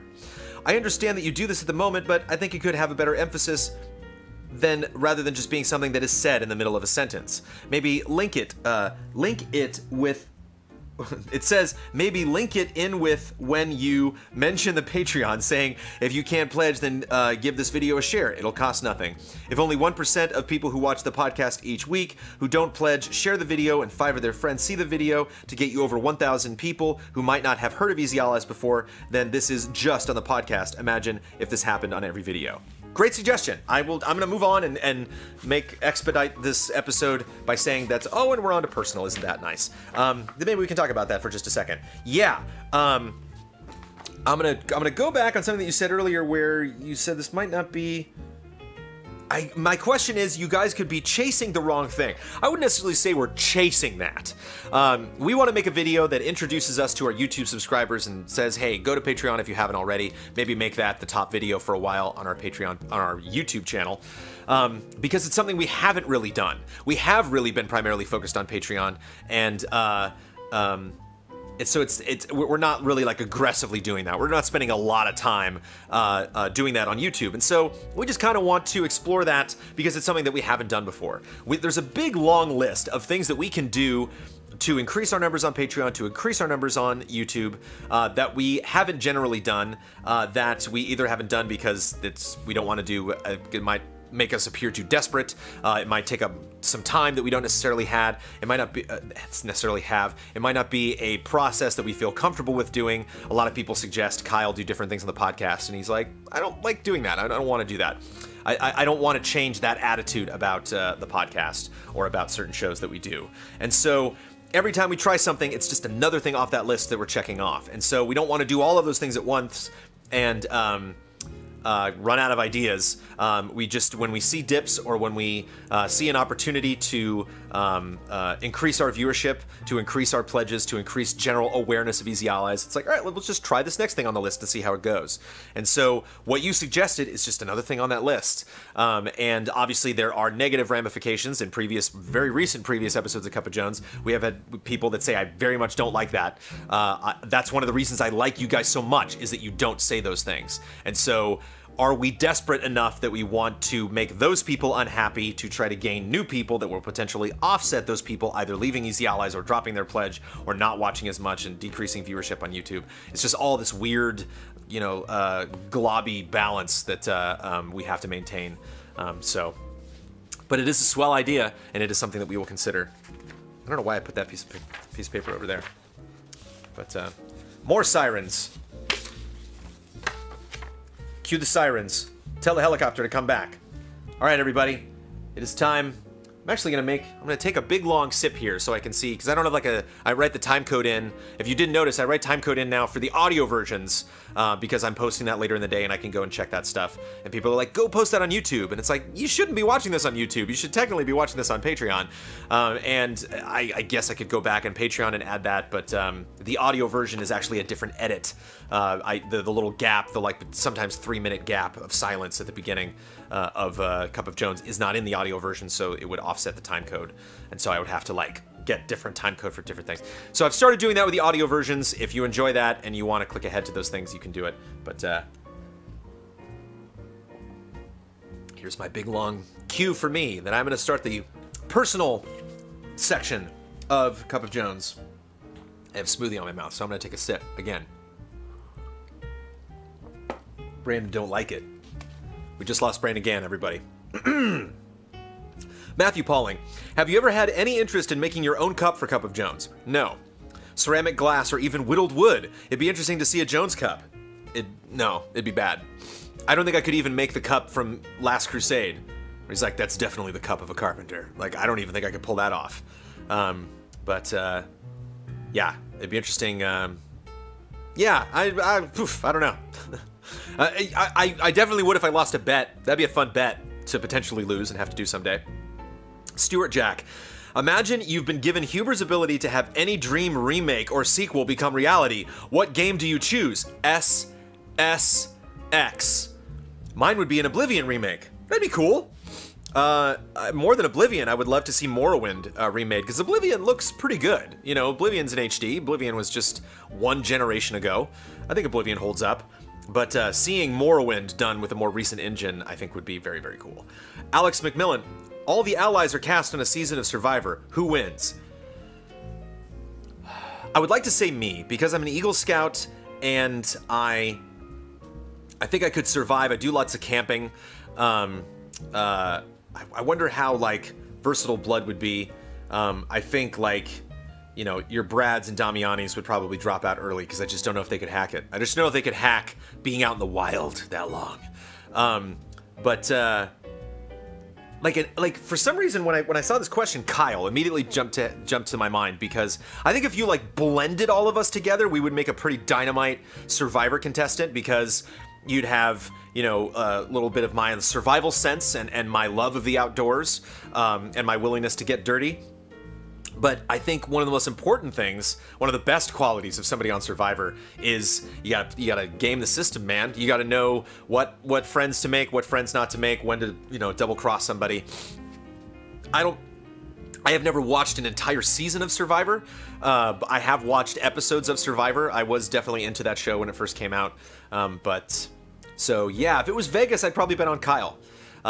Because I don't think Kyle would volunteer to be on Survivor, but I think if Kyle just found himself on Survivor, he would do whatever it takes to win it, and it would be gruesome and hard to watch. Anthony Moss, I recently read an academic article outlining a possible future for video games, and one of the big things was the social bubble around gaming online supposedly popping. This would essentially be the greater downfall of many a streamer and YouTuber mostly focused on simply having huge audiences from simply playing games. I don't fully agree with the paper, and I was wondering what you thought about it. I'm not even sure what you're talking about. Do you have any industry insight on the possibility of the personalities of Dunkey, Soda Poppins, etc. potentially losing their place in mass culture? No, because, I mean, you're not talking about a show, you're talking about a personality. And so, you know, I think these people, I think if we are beholden to our patrons, as I've said. Our patrons are our primary source of income. They are the beating heart of Easy Allies. And so a lot of times, whenever we make decisions, it's all right, well, how's that going to affect the Patreon? Is that going to, if it's going to negatively potentially affect the Patreon, is that a sacrifice we're willing to make? And is there a way that we can keep patrons happy and do this at the same time? Where I think if you were a YouTuber or if you were a Twitch, if you were on Twitch and you were just focusing on one game or one genre, you gotta have that thought in the back of your mind that I gotta be flexible. I gotta move into esports if I need to. I gotta move into YouTube show creation if I need to. Boogie, if you follow Boogie, he talks about this stuff all the time, where he's like, well, that didn't work, I gotta change this. And so I don't think they're going to potentially lose their place in mass culture, because I think those people are bred for flexibility, and I think a lot of the work that they do is personality based. And so as long as their personality doesn't change, as long as they don't get like a lobotomy and all of a sudden they just become a completely different person, I think they still have their most valuable asset, which is themselves and who they are. Unless they do like a bit, you know, and that bit is so integral to that, and then that bit gets old or offensive or unpopular. But yeah, I ain't worried about those people. I think they're doing fine. It's just, this is a perfect opportunity for me to say to all of you, I love you so much. Thank you so much for this amazing opportunity you've given us, which is the creative freedom to experiment and try new things. Potentially keep secrets from you in the interest of surprising you later on, and not having to do like daily vlogs and stream the same game over and over again, and worry that if like one of our health fails, or if we don't get as good as something as we did before, that it's not going to like immediately affect our bottom line in a potentially devastating and scary way. Kevin Quag. My wife and I have been talking about getting another dog, specifically a mini Aussie, so we always freak out whenever Sophie shows up on stream. If you're comfortable disclosing it, we were curious as to where you adopted her, or at the very least, we would love to hear the Sophie origin story. The Sophie origin story is today's editorial. Devin Langeal, possibly. I want to say Langeal. Devon Langeal, but it might be Devin Langle. I don't know. Where's the LEGO Last Jedi game? E3, or did I miss something? Really good point, Devin. I never thought about that. When Force Awakens came out, we got a Force Awakens LEGO game. When Last Jedi came out, we didn't. You know, Last Jedi is a polarizing film, but I don't think it's that. I wonder if the hype was so intense towards Star Wars coming back. So it wasn't even just this movie, it was like Rogue One was on its way, and we knew there was gonna be 2 more movies after that, and there were rumors that like we were gonna get more of these Star Wars stories, and we didn't know what those were gonna be. Are they gonna make a Boba Fett film? Are they gonna make a Han Solo film? Are we gonna get a Vader movie? And so it was just kind of, you know, and like, you know, Battlefront was coming back. There's just like a lot of like, woohoo, Star Wars again. And I think they were just kind of riding that hype wave, and I think that's why they made that LEGO game. I would love if, after this trilogy was over, if we got, you know what would be interesting? Is if once episode 9 comes out, if we get Rogue One, Solo, 8, and 9. That would be great. I'd play the heck out of that mobile game. Actually, LEGO game. I actually never played Force Awakens and LEGO. I am so behind on LEGO games, it makes me sad. I never finished LEGO City Undercover. I have that on PS4. I have LEGO Marvel Superheroes 2, and I have which Marvel Superheroes 1 and Marvel Superheroes 2 are actually bundled right now on PS4. I don't know if it's the same on Xbox, and that's a great deal. Those are both incredible games. I got LEGO Ninjago. There's just like so many LEGO games. I got LEGO Dimensions packs that I still haven't opened. I think I have like the Powerpuff Girls. Amanda has Hermione on her desk. I never bought Beetlejuice. Like I got a lot of LEGO. I'm missing Bag 9. I'm in the hole when it comes to LEGO right now, and it's stressful. How's everybody doing?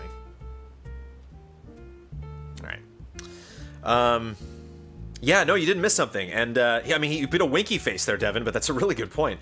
German Scientist, what would you say, again, this is German Scientist, wrote a business question and a personal question. Sneaky.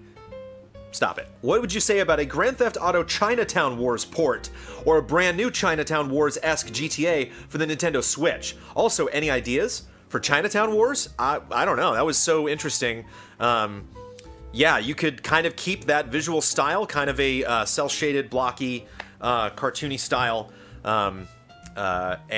yeah, a top-down, even just like if they remade the first GTA, I think that would be fascinating in that style, and bring that to Switch. Yeah, a top-down GTA would be a really, really good addition to the Nintendo Switch library. Very good suggestion. Love it. Diamond Crusader. I saw a short WWE video about Seth Rollins going to Hooters in the past to watch WWE, so I wondered, how often do you go to Hooters? Is that actually where all the Easy A meetings take place? Haha, no, we did go to a Dave & Buster's one time, but that was back at Game Trailers.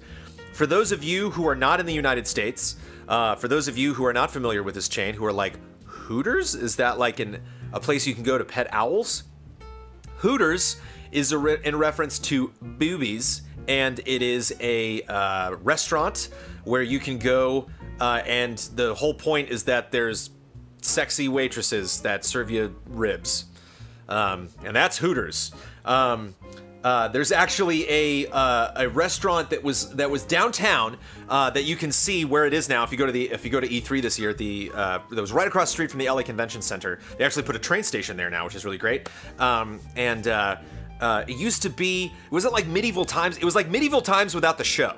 So it was like a medieval, I went to a birthday party one time there, where you would sit and you'd get the turkey on a leg and you'd get like a wooden sword and they'd play music, and then like, you know, everyone was all dressed up in fantasy garb, and it was very Ren Fair, very medieval times. And that place shut down and they put in a Hooters. I've been to Hooters like twice. I don't think I've been to Hooters in 20 years. I think the last time I went to Hooters, I was like 14 for like a party or something. Or maybe I was a teenager and it was like a joke. It's like, oh, Hooters! And it just kind of gets old. You know, it's just kind of like, no, I'm fine. I don't need to go to Hooters. You know who loved Hooters though? My late, great, 100-year-old, I think he might be 101 now, but my grandfather-in-law, Mr. Robert Hall, who passed last year, and he loved Hooters. He loved going to Hooters. Bless that man. Matt Kurlowski, the Y is silent, I believe. Do you have any concerns for Red Dead Redemption 2? Plenty. RDR was one of my favorite games of last generation, but given how Rockstar used to let you buy a story expansion for $40 and now only gets you a single supercar in GTA Online, I'm a little nervous about their business model going forward. I know some people think the idea of buying a horse online is absurd and won't happen, but I could certainly see purchasing and furnishing a gang hideout taking hours of grinding or throwing down money for the next version of Shark Cards. Maybe the single player will be okay. I think the single player will be more than okay, but I just can't imagine what the huge boom of microtransactions won't affect this game for the worse. Are you concerned at all, or do you think single player will be insulated from all of this? I mean, single player will be insulated for sure. Like, the single player in GTA 5 is not negatively impacted by GTA Online. Like, you can go through that and never play GTA Online, and it's all there. You can have a great time. I actually played a bit of GTA Online this weekend. Hadn't jumped in for a while. I think I have $500,000 saved up in that game. And so I'm nervous, like, should I save it up more and buy like a helicopter, or should I just buy like 4 or 5 cool cars? But it's tough. A lot of people are frustrated with the economy of GTA Online. I kind of get a kick out of it because the world of GTA Online is about gangsters. It's about you know, screwing over somebody to get their money and you know, make money of your own, and then buy a yacht and drink champagne and shoot guns in the air, and it's just kind of the whole attitude about GTA. So the idea that you can buy these stupid credit cards and then put your money directly into something else. So if you like see a guy, if like a guy beats you in a race, and you're like, well, that guy only beat me because he has a lot of money. I mean, yeah, I don't know, it's kind of the point. Like, it's just like, you know, I'm always just light on microtransactions, and that's probably a fault of mine, but like, it's just something I always get a kick out of at GTA Online, that like, you know, I remember somebody saying when there was a mount in World of Warcraft for $20, and I bought it because I wanted more mounts. I wanted that achievement where you got 100 mounts. And I bought this mount, and somebody said to me, they're like, when I see you on that mount, it's like you're walking around on a $20 bill. And like, I get that, and I get there is a negativity to that, but I think in GTA, when you kind of like, you know, snub your nose at those people, I think it's part of it. I think it's part of the whole thing. Obviously, that doesn't fit Red Dead, and I think, obviously, yeah, it's like there's no yachts in the Wild West. There's no skyscrapers. There's no like apartment, like a penthouse apartment I could buy. There's no limos. There's no helicopters. There's no big boats. So there's no jets. So yeah, it's going to be very interesting to see what GTA Online is. A part of my nervousness is if they try to sell it as big as GTA Online. Because it can't be in a lot of ways. Like I think the world of Grand Theft Auto is more. I think the reason why you keep seeing GTA 5 in the top 10 NPD every month is because the world of Grand Theft Auto, I think, has more mass appeal than Red Dead. I think Red Dead has an appeal because it's an experience that you can go into and enjoy. You're a cowboy. You can really live that life and enjoy that atmosphere. But then you kind of move on. Like GTA Online is way more popular than the online offerings that they had for Red Dead last gen, and even those kind of were just crazy open world that you can run around, like kind of like a precursor to GTA Online. You know, you could just hop on your horse and ride around with your friends and have a grand old time. And then they have GTA Online where they're like, now you can get your friends and run around, and we're going to add a bunch of story stuff to that. And I know you say you're buying $40 for a car, but you're also getting a lot of story content for free. Like if you set up a guild or I think they're called crews, like if you set up a crew and you've been really involved with that crew in GTA Online, they've thrown a lot of free stuff at you. So I think it does offset that. But the type of stuff that they throw at people, new outfits and stuff, it's like, I already got a duster and a hat. I'm good. I don't need a sequin duster. So like, I think the glamorous lifestyle of GTA doesn't necessarily apply. So I have so many questions about Red Dead that hopefully a lot of them get answered tomorrow. Some of my, contacts at Rockstar are like teasing, like wink, wink, you don't want to miss this trailer, but they always say that. What is it going to be? What are we going to be buying? And so one of the things that I think, if I'm going to make a prediction about how that online is going to work, my 2 cents right now, this is probably one of the last opportunities I can make to actually record me saying this. My prediction for how the online will work is the first image that they ever revealed for Red Dead Redemption 2 was 7 riders. I think that 7-rider group is going to be very, very important in that story. I think you're going to have, Dutch and some of these other characters. I don't know if Dutch is going to be included in that, but you're going to have this posse of people that probably, just like GTA 5, takes a while to build up. Like when you first start GTA, you're Franklin. Well, technically Michael and then Franklin, and then you get Michael again, and then you get Trevor again. And so it takes a while to get to that point where you're switching between all those characters. And I think it's going to take a while in the campaign for you to get all of these posse members. And then I think you're gonna be able to play 7-player multiplayer in the single-player campaign. So if you're going to do a mission in the single-player campaign of Red Dead Redemption, you can bring 6 of your friends along with you to play that together.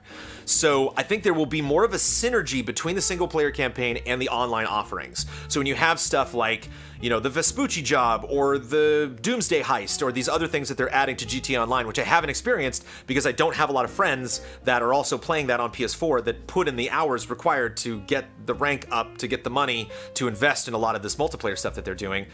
So that'll hopefully incentivize people that are in the single player to see a lot of the fun stuff that's going on in multiplayer. So I think you're not going to see a lot of these glamorous additions. I think you're going to see functionality changes. I think you're going to see a lot of this free content, free story stuff that they're adding to Red Dead is going to be much more accessible to people that maybe don't play online as much and maybe are only invested in the single player. And it's not going to be something where it's like, we have yachts, but nobody can afford them. It's going to be like, hey, we added this mode and everybody can play it. And like we got Battle Royale, obviously. Battle Royale is going to be in Red Dead. Like we have all this cool stuff that we're adding, and just get in there and check it out. And it's going to not only kind of connect to the world, but is going to be placed in a way that makes sense contextually in the world, where it's not like, well, this building wasn't there. It's like you're going to go through the campaign and see something and be like, horse racing, huh? I wonder if that's something that they're going to add later. So, yeah. GTA Online was back at game trailers when GTA 5 first launched, and I have been so focused on Easy A since we started. I haven't done something like I think Toy Box Tuesday is like the biggest initiative that I've had at EZA as far as like getting people involved. Obviously, we just did weekly hunts, which we're still going on with Monster Hunter, and whatever they do with Red Dead, you bet your fanny that I am going to be recruiting as many allies as possible on PS4. Apologies to Xbox users. And we're going to be playing the heck out of that whenever that comes out. I don't know if I'll do a weekly show, but I'm sure tempted. But yeah, I'm nervous. I'm nervous about all sorts of stuff. I'm nervous about the protagonist. He seems kind of like a big jerkwad to me. Like I'm like, I don't like this guy. I hope I like him. I hope they're just showing that so we're like, we don't like him. And then this new trailer, it's like, oh, okay, I see what made him that way. Or like, oh, that's an interesting story. I'm curious where that goes. But what they did with GTA 5 is they had the story thing, and at the end they were like, oh, and then there's online. But we'll talk more about that later. And I hope we don't do that. I hope they get into online in the next trailer. Please. Okay. Eric Mitchell, as several of the allies have said, you guys pretty much have a dream job. Thank you, Eric. It's because of you. However, I'm wondering, is there anything about the day-to-day life that you don't like? Well, I imagine a lot of the job can be seen as fun, for example, when you're streaming and or playing games for review. I'm curious about the stuff that you don't look forward to, or feel like you need to grind out. something popped into my head that might not seem like you were asking specifically about this, but it's just something that popped into my head. We're in a weird position because, you know, we don't have like a super impressive amount of subscribers on YouTube. We don't just get like, you know, eyeball-shattering views from the videos that we put up there. I think we have a respectable viewership on Twitch. We certainly have a lot of viewers when it comes to special events like E3 and PSX and stuff like that, Nintendo Directs and the like. So we're not huge, but at the same time, we have, you know, Shuhei Yoshida will be like tweeting at us. Like, you know, we are involved in a lot of ways with a lot of contacts that we've been building up by working in this industry for a very long time. And so we kind of had this weird dichotomy of like, we're popular, but we're not. And like, whenever that coin flips onto one side, it can be a little emotional, you know, when we're not invited to a preview event or when we don't get a game early and we see other outlets do. That sucks. I think that's one of the things that is tough to get used to. Not because it's like, we should have gotten that, or like, we should be bigger than we are, and why aren't we? You know, we are the size that we are. It's just, it's like when you get depressed and you're like, I don't want to be sad right now. Why am I sad? It's like, I emotionally, I take a hit sometimes and I'm like, I wish I didn't care about that. I wish I didn't, was not concerned about those things, but I am. I don't like being tired. And I'm getting better at that. I've actually gotten a lot of sleep lately, so I don't know if you can tell. The bags are a little depressed. Dan Fitzgerald, I gotta hand it to you. I've never seen anyone say so many words so quickly in such a short amount of time. Are you just a naturally wired personality? You remind me a lot of my musical theater friends in college, who seemed like they were constantly on and always performing, no matter the social situation. Yes, I'm a musical theater major until I switched over to film. I went into college as a musical theater major. I did tons of musicals. If you go back and watch our fundraiser stream, you could see a couple of that. And one of those numbers, I sang a song very quick for quite a lot of Roman terracotta, living lava from the planks of Etna, crystal blowing, automatic sewing. Like, I did a lot of stuff in college where I had to learn lots of words and speak them very fast. I learned to articulate as much as I could. I definitely just kind of did away with any kind of overpowering fear when it came to speaking to many people, whether that is through a camera or whether that is up on stage. So yeah, this was stuff in my mom said she initially put me in theater because one of my teachers sent a note home where I think I got in trouble and my mom came to school. And my teacher was like, I like Brandon. He's very nice, but he really likes to act out. He's very vocal when he's in class. He likes to hear himself talk. He likes to, you know, disrupt class by talking to other students, or he will joke about things.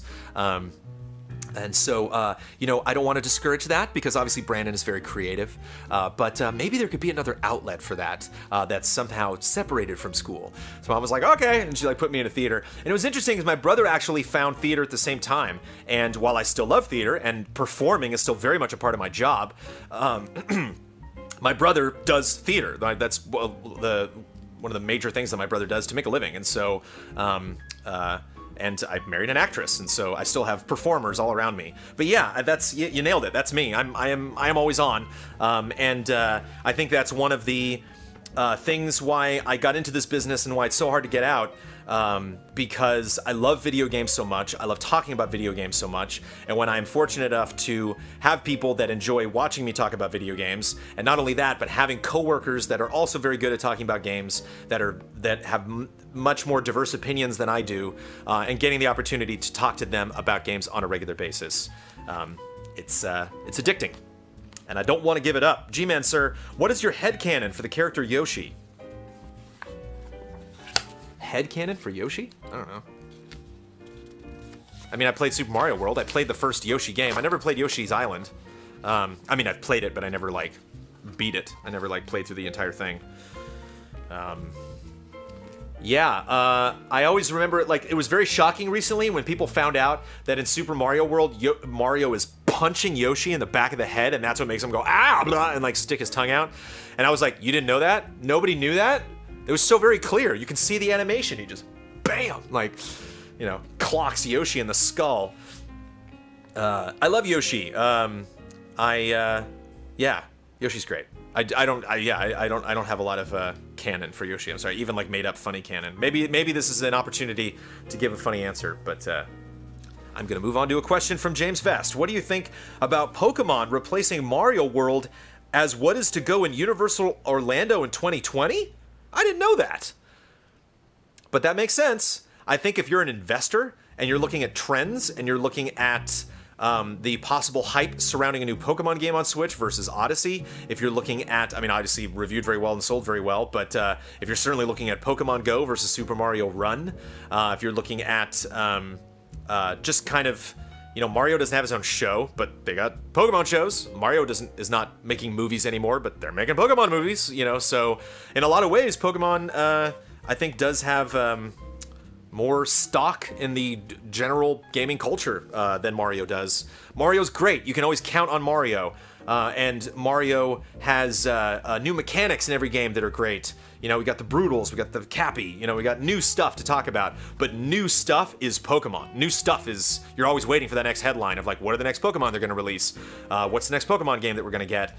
And so, yeah, it doesn't surprise me. I didn't know that, though. I hope that's true. I hope you're not just making that up. I didn't have that news. I'm curious to talk to Kyle about that. Denise Schreiber, you have a way of talking about things from a very positive place. That's something I admire deeply and want to bring out in my own personality more as well. But doesn't it get tiresome sometimes? Your online persona displays so much positivity, and you go out of your way to be calm, collected, and not offend anyone, which I fail on a regular basis. The not offend anyone part. Even when GT closed its doors, you seemed sad, but you didn't really lose your cool at all. Is that something you consciously want to display in your online persona? Yes. I must have watched hundreds of videos, hours of videos with you by now, but I'd still have a hard time imagining you ever losing your shit. I do lose my shit every now and then. It's called the Jones Rant. Every now and then I do it with an editorial. You'll see it. If you want to ask me about Mary Poppins, the Mary Poppins sequel, and you'll get it. But I wonder if some people don't even know about that. And they're like, what? He doesn't like the Mary Poppins sequel? Yeah, stew in that for a while. But I'll tell you this. I'll flip that on its head, Denise. You know what's tiring? Losing your shit. For a long time, I was very negative, and there was a difference between 2014 was the absolute worst year of my life.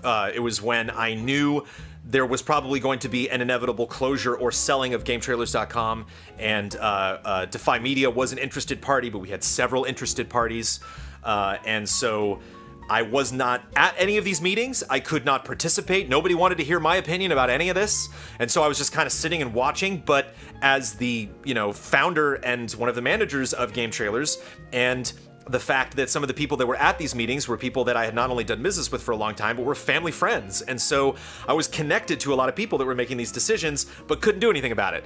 And so it was kind of like, hey, yeah, we got this bad news today, but don't tell anybody, and you can't do anything. And I'm just like, why'd you tell me that? Like, And so I got real depressed, and I got really anxietal. It's when I discovered therapy and meditation and all sorts of ways that you can empower yourself to think more positively.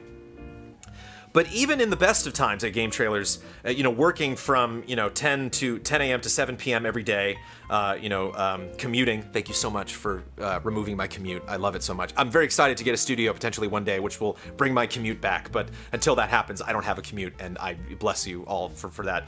But I would come home, and it would take almost like a full 60 minutes for me to completely decompress, for me to just like, I'm too stressed out. I can't do this. I can't talk about this anymore. And I would be very negative in that time. Sometimes it even happens now where I'll take Sophie on a walk at night. Amanda noticed that this happens, where I'll take Sophie on a walk and then I'll kind of be in my own head. Sometimes it happens when I take a shower, when it's like I have no other stimulus other than my own brain. And as we've said now, I'm very open to outside stimuluses, as we've discovered with the this helicopter episode of Cup of Jones.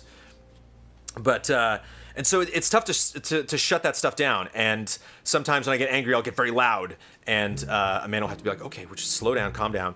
And so it took a lot out of me. And so sometimes I know some people, when they get angry, when they get frustrated, when they yell, when they argue, like they love it because they're like, oh, it's a release. I can finally get that off my chest. And that's the opposite of that is meditation, because what I think people don't realize, and it might not be true, people are built differently, but when you get angry, when you build up that animosity, that anxiety, it starts to settle for me, it settles in my stomach, but for people, it settles in their shoulders or in their head, and they get migraines or in various different places. And you don't feel it right away. Like, you'll get in an argument with somebody, and you'll walk away, and your adrenaline's up, and your heart's pumping, and you're like, oh, that was exciting. I'm glad I told that person off. And what you don't realize is you've just kind of put a couple of coins in your anxiety bank, and you're gonna have to pay the piper at some time in the future. And so you don't know that, you don't know when it's gonna hit, but then it's like, kaboom, anxiety attack. Or when, you know, some guy cuts in front of you at an ATM or a Starbucks, and like, whoa, I just lost it. What the heck just happened? And what happened is you've been building all of that stuff up over time and you didn't realize it, and it needs some outlet. And I used to do that a lot. I used to just kind of, I'll internalize that stuff and not deal with it, and then it would just blow up later. And thankfully, as you've noted, that's never really happened on camera. And so meditation and just kind of a conscious, like an awareness of that process. The fact that the more I do that, the more that builds up, the more I'm gonna have to release that in some way. And you know, I exercise more than I ever have now, and I meditate more than I ever have now. And so that stuff has just improved in leaps and bounds. So that's why. So when you say like, doesn't it get tiresome to be positive? It doesn't, because I know it's going to have a positive impact. And as we've stated before, I'm spastic and I like to talk, and I have lots of energy when it comes to these things. The Chris Griffin, have you seen Infinity War yet? Quick non-spoilery thoughts on it? There you go. There's your non-spoilery thought. If you're only listening to Cup of Jones, I'm giving a giant thumbs up into the camera. Also, I'm sad. Jack Goddard, do you think the next generation of PlayStation will have a bit more emphasis on backwards compatibility? No. No. Unfortunately, my prediction, no. Because I don't think Sony needs to. I think it's a lot of work and a lot of money, and I think Xbox is doing that now because the only like exclusive announcement they have before E3 is State of Decay, which looks like a great game. I'm going to be reviewing it. I'm very excited to review it, but that's not a God of War sized announcement or exclusive, and so Xbox is like, we gotta do something. We gotta do something that Sony's not doing. We gotta have some kind of announcement right now. Saints Row 2, I saw that Larry just tweeted out that, what's Larry's persona? I can't think of it right now. Major Nelson just tweeted out that we're getting Saints Row 2. I played SSX 3 a lot this weekend, as we've talked about SSX already in this episode on Xbox because of backwards compatibility. So Xbox is looking at those things. You can get custom controllers, you know? We're in, you know, 4K on the Xbox One X. Like, anything that doesn't involve, hey, Scalebound is actually happening, or like, hey, wow, look at that, Crackdown 3. Like, they kind of seem to be dodging those questions because a lot of ways they can't control these production schedules that can sometimes get out of hand. And PlayStation is just kicking so much ass. Like, they're so good with their exclusives. We have Spider-Man coming up. Like, they just have so many incredible games that are only coming to their system that they don't need to do that. I personally would love, this is a very unpopular opinion and something that will never happen, but in the vein of a Super Nintendo Classic, I would love to have a PlayStation Classic, which is a console that plays PlayStation 1, PlayStation 2, and PlayStation 3 discs. So if you have these discs from your youth, from your past, you can play them on a system that you can replace, that they'll make, that has HDMI out, and maybe like 1080, maybe it upscales everything to 1080. I just think that'd be so cool, but it'll never happen. It's like Sony's focus on independent games. A couple years back, they were very, when like Last Guardian and Final Fantasy VII Remake and all that stuff got announced, or like re-announced, they were doing a lot of cool stuff in the indie space. Not so much anymore, because they don't need to. Sony's doing really well. Micah Hendrick, have the Allies all ever all gotten sick at the same time with the same illness due to the passing around of controllers in the garage from group streams, etc.? My college buddies and I once all passed around some pink eye-like infection, which wound up hitting about 8 of us. Halo LAN parties were worth it, though. No. I think maybe like 1 or 2, but people do a pretty good job of like, I'm sick, I'm not coming tonight. And we're like, that's fine. You know, like we don't, if you have a squeaky wheel like that, we just give it some grease and we're fine. Like, it's not gonna, like the whole house of cards is gonna come down. So, I was amazed that we all didn't get sick at Easy Living. But we've only done 1, so it's never too late. Professor Metal Gear, which of the following annoys you the most about a movie or video game trailer after having seen a movie or played a video game. Revealing key scenes in a trailer, having scenes in a trailer that do not make it into the final product, scenes that are nothing more than misdirection. If you have a scene in a trailer that does not make it into the final product, I love that. If you have a scene that is nothing more than misdirection in a trailer, I love that. Infinity War has a lot of that. I'm gonna leave that there and not spoil anything, but there are full scenes in the trailers from Infinity War that are not in that movie at all. There are shots that they like reshot that like when it happened in the movie, I was like, that's not at all how that happened in the trailer. I love that. So like it shows they were on set and we're like, ooh, can you do that line again? But like, can you turn towards the camera and makeup? Can we clean him up a little bit? And then yeah, okay, let's get that again because we know we want to use that line for the trailer. And just special effect wise, God of War has that. There's a moment in the opening of God of War, that gameplay demo that they showed is like kind of the beginning of that game, but that game changed a lot ever since they first showed that trailer. I don't like things that like necessarily lie, like when we get CG trailers that are passed off as gameplay, like that Metro Exodus trailer was like, nah, it's a little on the edge of like, yeah, this is our game. And you're like, no, someone's not playing this, come on. Like it's always a little weird, especially for shooters. I'm not like a huge fan of that, even though I love that BioShock trailer. But to me, that BioShock trailer is very obviously not the game. Like this is very clearly setting up kind of the visual style of what this game's going to be. Whereas the Metro Exodus trailer definitely has the vibe of like, hey, gameplay. So that can get a little weird. But revealing key scenes in a trailer sucks. Infinity War also did that. There's some very spoilery shots in there that like is just a character, you know, and you're like, oh, it's just a person standing there. But then you later like, whoa, that cut away from something very huge that happened. But Professor Metal Gear, it doesn't bother me too much because I am an editor, and so as an editor, I spend a lot of my time fast forwarding through footage and trying to memorize as much of the action happening on screen as possible. And so when I see a trailer, my brain just kind of codes all of that thing, all of the visual information in. And so when I see a trailer and it's like, oh no, that person's about to fall off the cliff, go save them. And I'm like, they're fine. We haven't seen the scene of them on the bank yet. So I know they're fine. You know, like I know there's that shot that we haven't seen yet. And so it's like hard for me to turn my brain off and not try to like add up all of those shots. So that stuff's gonna happen anyway. There's nothing I can do about it. And here we go, the final page. Rob Bob Will, my ears perked up when I heard you mention the car spawning in GTA on the last group stream because I've noticed the same. What I talked about specifically was whenever you got in a new car, you would see that car everywhere. I would specifically notice it because one of the fancy cars, I think, is the Banshee in GTA 3. It's the blue car, it's the convertible, the blue car with the white stripe down the middle. And whenever I would take that car and like do a U-turn and drive down the street, like 3 Banshees would drive by me. And I'd be like, what? Why are all these Banshees here now?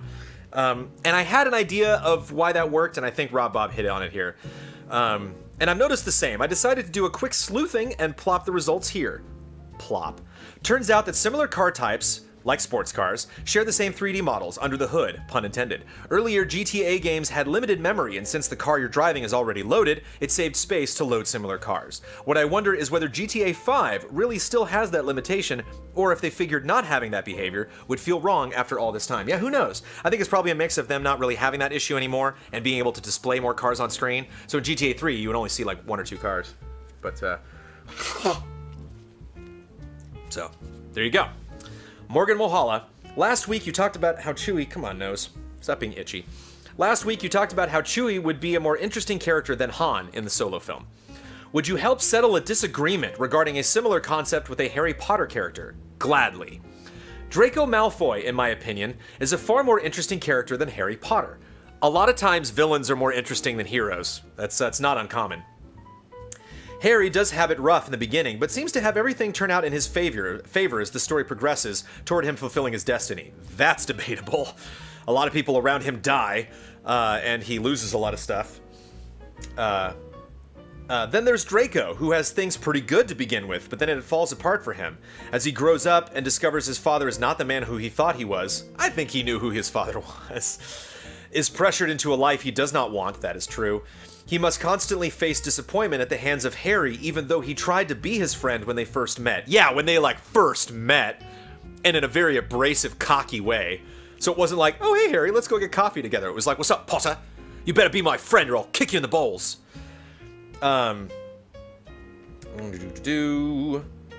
His friends actually die as well. Well, they kind of deserve it a little bit. A turning point is when he cannot bring himself to do the thing in the Half-Blood Prince, solidifying the kind of person he really was. Way more interesting, but I doubt he'll be getting his own story. Your thoughts on Draco? Well, I kind of said a little bit of it already. I'm actually curious to mention this with Amanda, but yeah, villains have to be interesting. One of the things that I really enjoyed about Infinity War was Thanos. They explain a lot about Thanos and why Thanos is Thanos and why he's making the decisions that he's making. One of the biggest faults that I raised with Far Cry 5 is that the villains were kind of bleh. Like they're just, like you were saying, you're like, he has a journey. He's, you know, Draco starts at the top and then drops, and Harry starts at the bottom and rises. And to me, the villains in Far Cry 5 were like so religion, right? And I was like, yeah. They were like sinners, right? And I'm like, totally. And like 20 hours in, they're like, sinners. I'm like, please change your tune. You keep bringing up the same thing over and over and over again. So yeah, you gotta change, you gotta grow. Probably one of my favorite quote-unquote villains of all time is Zuko from Avatar, who's like a villain, I guess? He's an antagonist, probably more than a villain, because he has a very fascinating journey. Somebody posted, I'm sure you could just Google it and find it, but somebody posted, it's Zuko, right? There's so many characters. So Delta Kanaki and Zuko. Zuko is such an amazing character. He's probably the best character out of that entire series. And one of the things that's really great is somebody posted all of his outfits, every single costume that Zuko wears throughout the entire stretch of that 3-season arc of the original Avatar: The Last Airbender. And he wears more outfits. He has like 20 haircuts. Like, he just has such an incredible journey. And he, Bosco Roscoe, what's his name? The guy, Rufio from Hook, who plays him, who Amanda actually got an opportunity at the last Comic-Con to see him. We bumped into him at a party, and we were both just like, we love you! You were so great in Avatar. Dante Basco. I was close. Did such an incredible job with him, and he really, if you have not seen Avatar: The Last Airbender, Batman the Animated Series is my favorite cartoon. Avatar: The Last Airbender is the best cartoon that anyone has ever created, ever. You can try to sell me on some One Piece or Dragon Ball arcs that last 8 years. Avatar did it in 3. Avatar starts out and they're like, hey, this is where we're going. And then the end of season 3, they do it and it ends. It's amazing. It's some of the best televised storytelling I have ever seen. I'm so solidified in that opinion that that is the absolute best cartoon that anyone has ever made, for any reason, any format, any genre, period. Yeah, so yeah, I agree with you on Draco. He's very fascinating. And I think some of the characters in Harry Potter need to be more fascinating because Harry himself is learning more about the world as he goes on, and so he has to discover these interesting characters. Hagrid certainly gets way more complex as you go through that story and you learn more about his past and the decisions that brought him to where he is now. Dumbledore, certainly, we got a Dumbledore's in the next Harry Potter, next Fantastic Beasts movie, so there's still stuff about Dumbledore that we haven't learned. So yeah, you kind of learn everything you need to know about Harry early on, and there's some prophecy stuff they kick in, and some other stuff that, bits about him that he didn't know. But I think you really need to have that kind of blank slate character that then goes out into the world and meets all of these potentially, arguably, more interesting characters than him. So it's good storytelling. Dominic Brown, on Tuesday, we're looking for the backlash. Any backlash? The episodes are coming out on Blu-ray soon? Yes! The Last Airbender is not on Netflix yet. I check for it all the time. Whenever it comes back on Netflix, oh boy, I'm gonna watch it again and again and again and again. I think I've only seen it twice. I watched it once and then I watched it again all the way through, but I'm definitely due for a third time.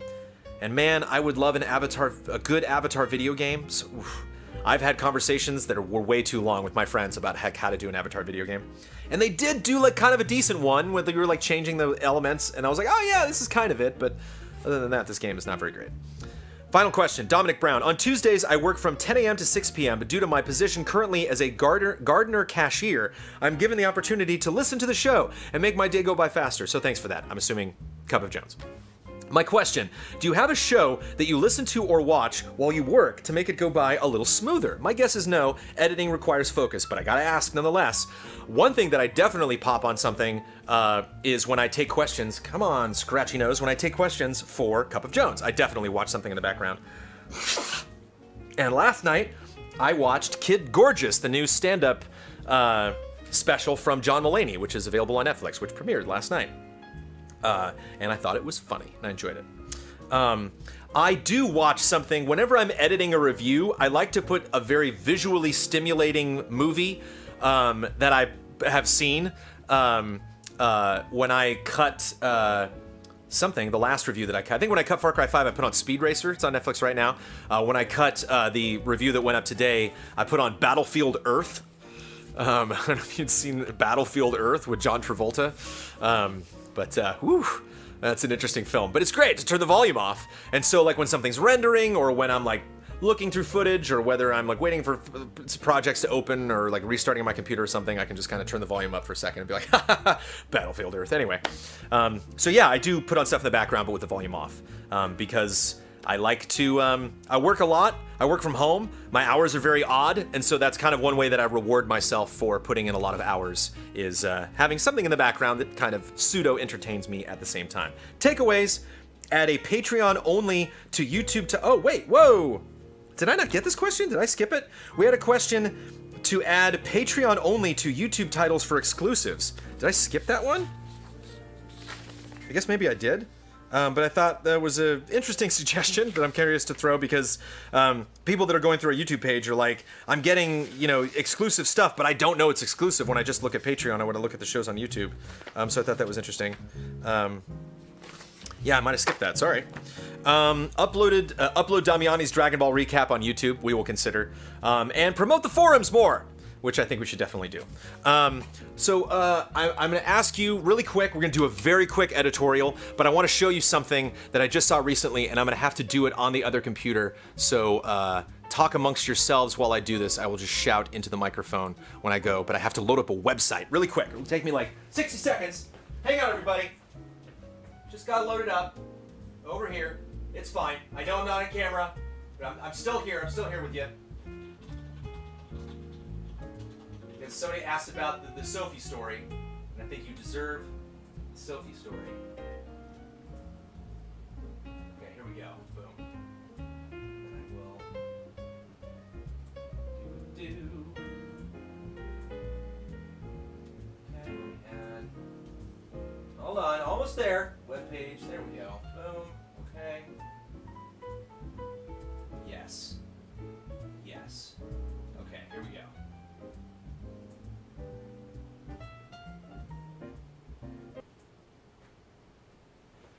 Ladies and gentlemen, I give you the page of Sophie when we adopted her. So this is the Sophie page that I looked at forever before we actually got Sophie. And we're going to enjoy this together. We're going to scroll down, and we're going to see all the information. So look at little baby Sophie. And she's going to get younger as we scroll on. If any of you are susceptible, hold on. Oh, I guess we're technically doing the editorial, so we don't have any editorial music that's playing right now. But, wait. Let me turn that off. Let me just, like, remove that entirely. Okay. So yeah, so as you can see, we got Sophie from a place called All Star Mini Aussies. I definitely recommend that you go and adopt a pet from a shelter if you can. That is certainly the preferred way to do that. That's how we got Albus Dumbledore, the cat that we had before, how Amanda got him before I met him. All of my previous animals that I had at home were all adopted, and we adopted Norbert, which is our cat that we have now, who, if you have been watching episodes recently of Cup of Jones, you met. But Sophie specifically, we were hiking one day, and I saw a mini Aussie, and one of the great things about hiking is, when I hike with Amanda, is we have just great conversations about stuff. And so we were talking, after I saw that mini Aussie, and we continued the rest of our hike, and I think it was like 2 or 3 hours before we got back to the car. And we're hiking, and I'm just like, man, those Aussies are cute. Like, especially the mini Aussie. Like, I didn't know they came in that size and were that adorable. And she was like, "Ooh, do you want to get a dog? We've talked about it. You know, we have a cat. You know, I think Albus had a really nice temperament, and I think Albus would be okay if we got a dog." And you know, I've had smaller dogs before. I had a dog, a terrier named Kelly, and then my parents now have a weird combination of breed dog named Bree, and Bree and Sophie are very fun together. But we debated getting a dog for a long time, and she's definitely gotten a lot poofier. Her coat was very small, so I said, yeah, I want to get an Aussie. And so Amanda looked up and she said, well, there's this place where they train these Aussies. They, you know, they're basically conditioned like you get these Aussies and they are ready to go. And we were concerned because Aussies are very energetic. And I am athletic, and so that made sense for me. I have a lot of energy too, and so I was like, that'll be fine. I'll take her on walks, and we'll have a grand old time together. Well, it'd be great to take her on hikes. We take her on hikes every now and then. She just absolutely loves it. And so I was like, I think that'll be a good match. But it would also be nice because, you know, we don't have a ton of time to like training a dog and going through that whole process, and like we were like nervous because it's the first time either one of us had like bought our own dog, and so I'm like, I don't necessarily want to buy a dog and then screw up that dog's life. We actually did get one dog earlier named Barney. We could potentially, if that had worked out, have a Sophie and not a Barney. And it just was not the right time. We were really busy and we didn't have enough time to take care of Barney. And so Barney went back to Barney's previous owners. And we did get a report, eventually did find a wonderful home. And Barney went someplace else. But Barney would have been a whole different vibe here at Easy Allies if we had gotten Barney. Barney would have been a big old dog. I mean, it's love. I mean, I saw this dog. Amanda did some research and then found all of these this litter that happened, the 2015 litter of All-Star Mini Aussies, and there was what was the other one? There was another name. It was Sophie and another one. I'm trying to remember. It might have been Roxy. It was Roxy. Roxy and Sophie were like the two highlights. And Roxy was cute too, but she was like, we like Roxy. She's like, well, look at Sophie. And they all have like, you can read the text, like they all have like different types of personalities. Again, you can just Google All-Star Mini Aussies, click on the 2015 puppies, and then you can see Sophie's page and you can go read this and download these pictures if you want to. Let's scroll down. There's the Soph. It's on a walk. She was just like this Sophie dog, man. Oof. And there's a video too that I'll play in just a second. But she's like, I think this might be the dog for us. I think this might be the dog for you. And so we looked at this page, and Sophie, I mentioned this before, but like Sophie was a celebrity. Like Sophie was like a supermodel, and we were just like, you know, we put in a request and we waited like months and months like to actually finally get Sophie. And I think we finally got Sophie because Amanda wrote this amazing letter that was just like, you know, here's our backyard. We really, you know, we just love this dog. And I think they got a hold of us like the next day, and they were like, it was like a tie between you and 3 other owners, and the you know, this last like plea that you made to us, I think really kind of tipped you over the edge. And so we got Sophie. And I don't have the picture on me, but there's a really great picture of Sophie when we first got her, and she's so nervous. We're holding her, and Sophie's like, where the hell am I? But here we go. Look at Sophie. Sophie doing tricks. Here she goes. Come sit, shake down, roll over, look, stay crate. Look at the little Soph. So attentive, so focused. I don't think I wrote this much on my college thesis, says Uzi Suicide. Yeah, possibly. But one of the things that was so adorable. Oh, you're so pretty, baby. I'm not listening to this now, so I don't know how loud this is.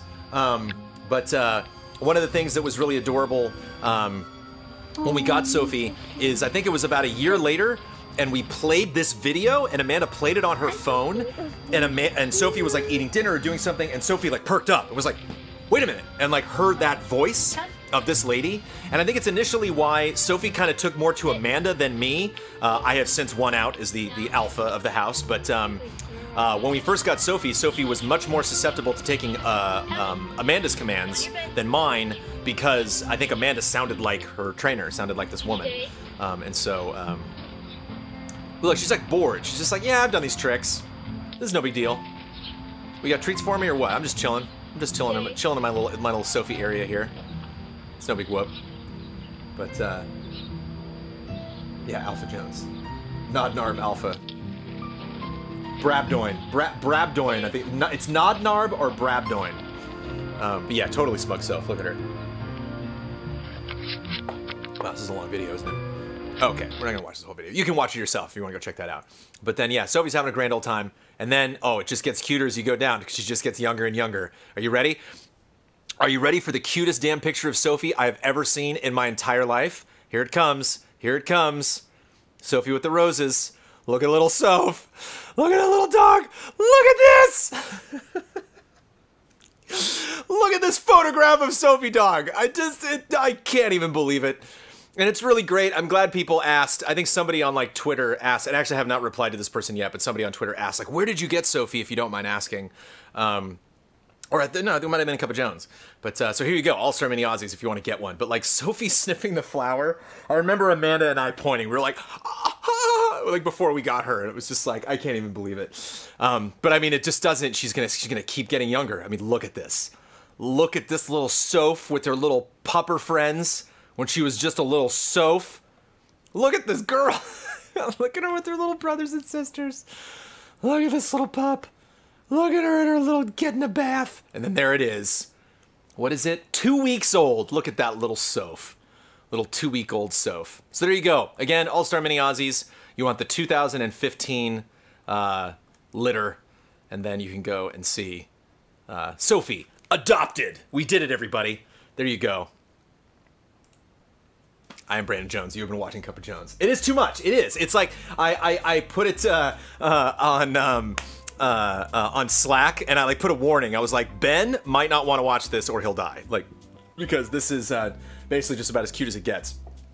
I'm very excited because in 40 minutes, I will be sitting down with the rest of the allies and we will be talking about all sorts of spoilers from Avengers Infinity War. Michael Damiani has lots of very interesting theories about the next Avengers movie, and so I'm excited to see, to hear in detail, as if he was telling us about lore from Dragon Ball, kind of his picture of what we're gonna do with the rest of that. But I want to end the show by again talking about how absolutely incredible it is that we hit 46K and have possibly stayed above that. If you are unfamiliar with what spoiler mode is and you want a little taste of it, you can go and check out our spoiler mode of God of War with the director of God of War, Mr. Cory Barlog, who joined us. And we talked about all of that fun stuff. And this episode of spoiler mode that we will be doing for Avengers Infinity War will be exclusive to all of you, so you got nothing to worry about. But if you have friends that want to hear what we have to say, tell them. All you got to do, $1 on patreon.com/easyallies, and then you too can get, you can check out all of our spoilery opinions of Avengers Infinity War. I'm very much looking forward to talking about it. But we're trying to figure out what the heck happened with this incredible surge last minute. You know, we definitely got above 44K thanks to the strength and the dedication and the commitment and the generosity of our patrons. But then we just kaboom flew above 46K, and I hope we maintain that. I hope when the payment goes through, it does on May 5th is like the really, you know, May 1st is when we can potentially see what dip happens, and May 5th is when we get that definite confirmation. But I can give you the confirmation now that you will be getting an episode of Trailer Jones this month, and you will be getting an episode of Spoiler Mode that we will be recording today that will be exclusive to patrons. And if after May 5th we are indeed above that 46K goal, the very first Easy Allies Top 10. Hopefully more info about that in the next episode of Cup of Jones. Thank you for watching, everybody. Whoop.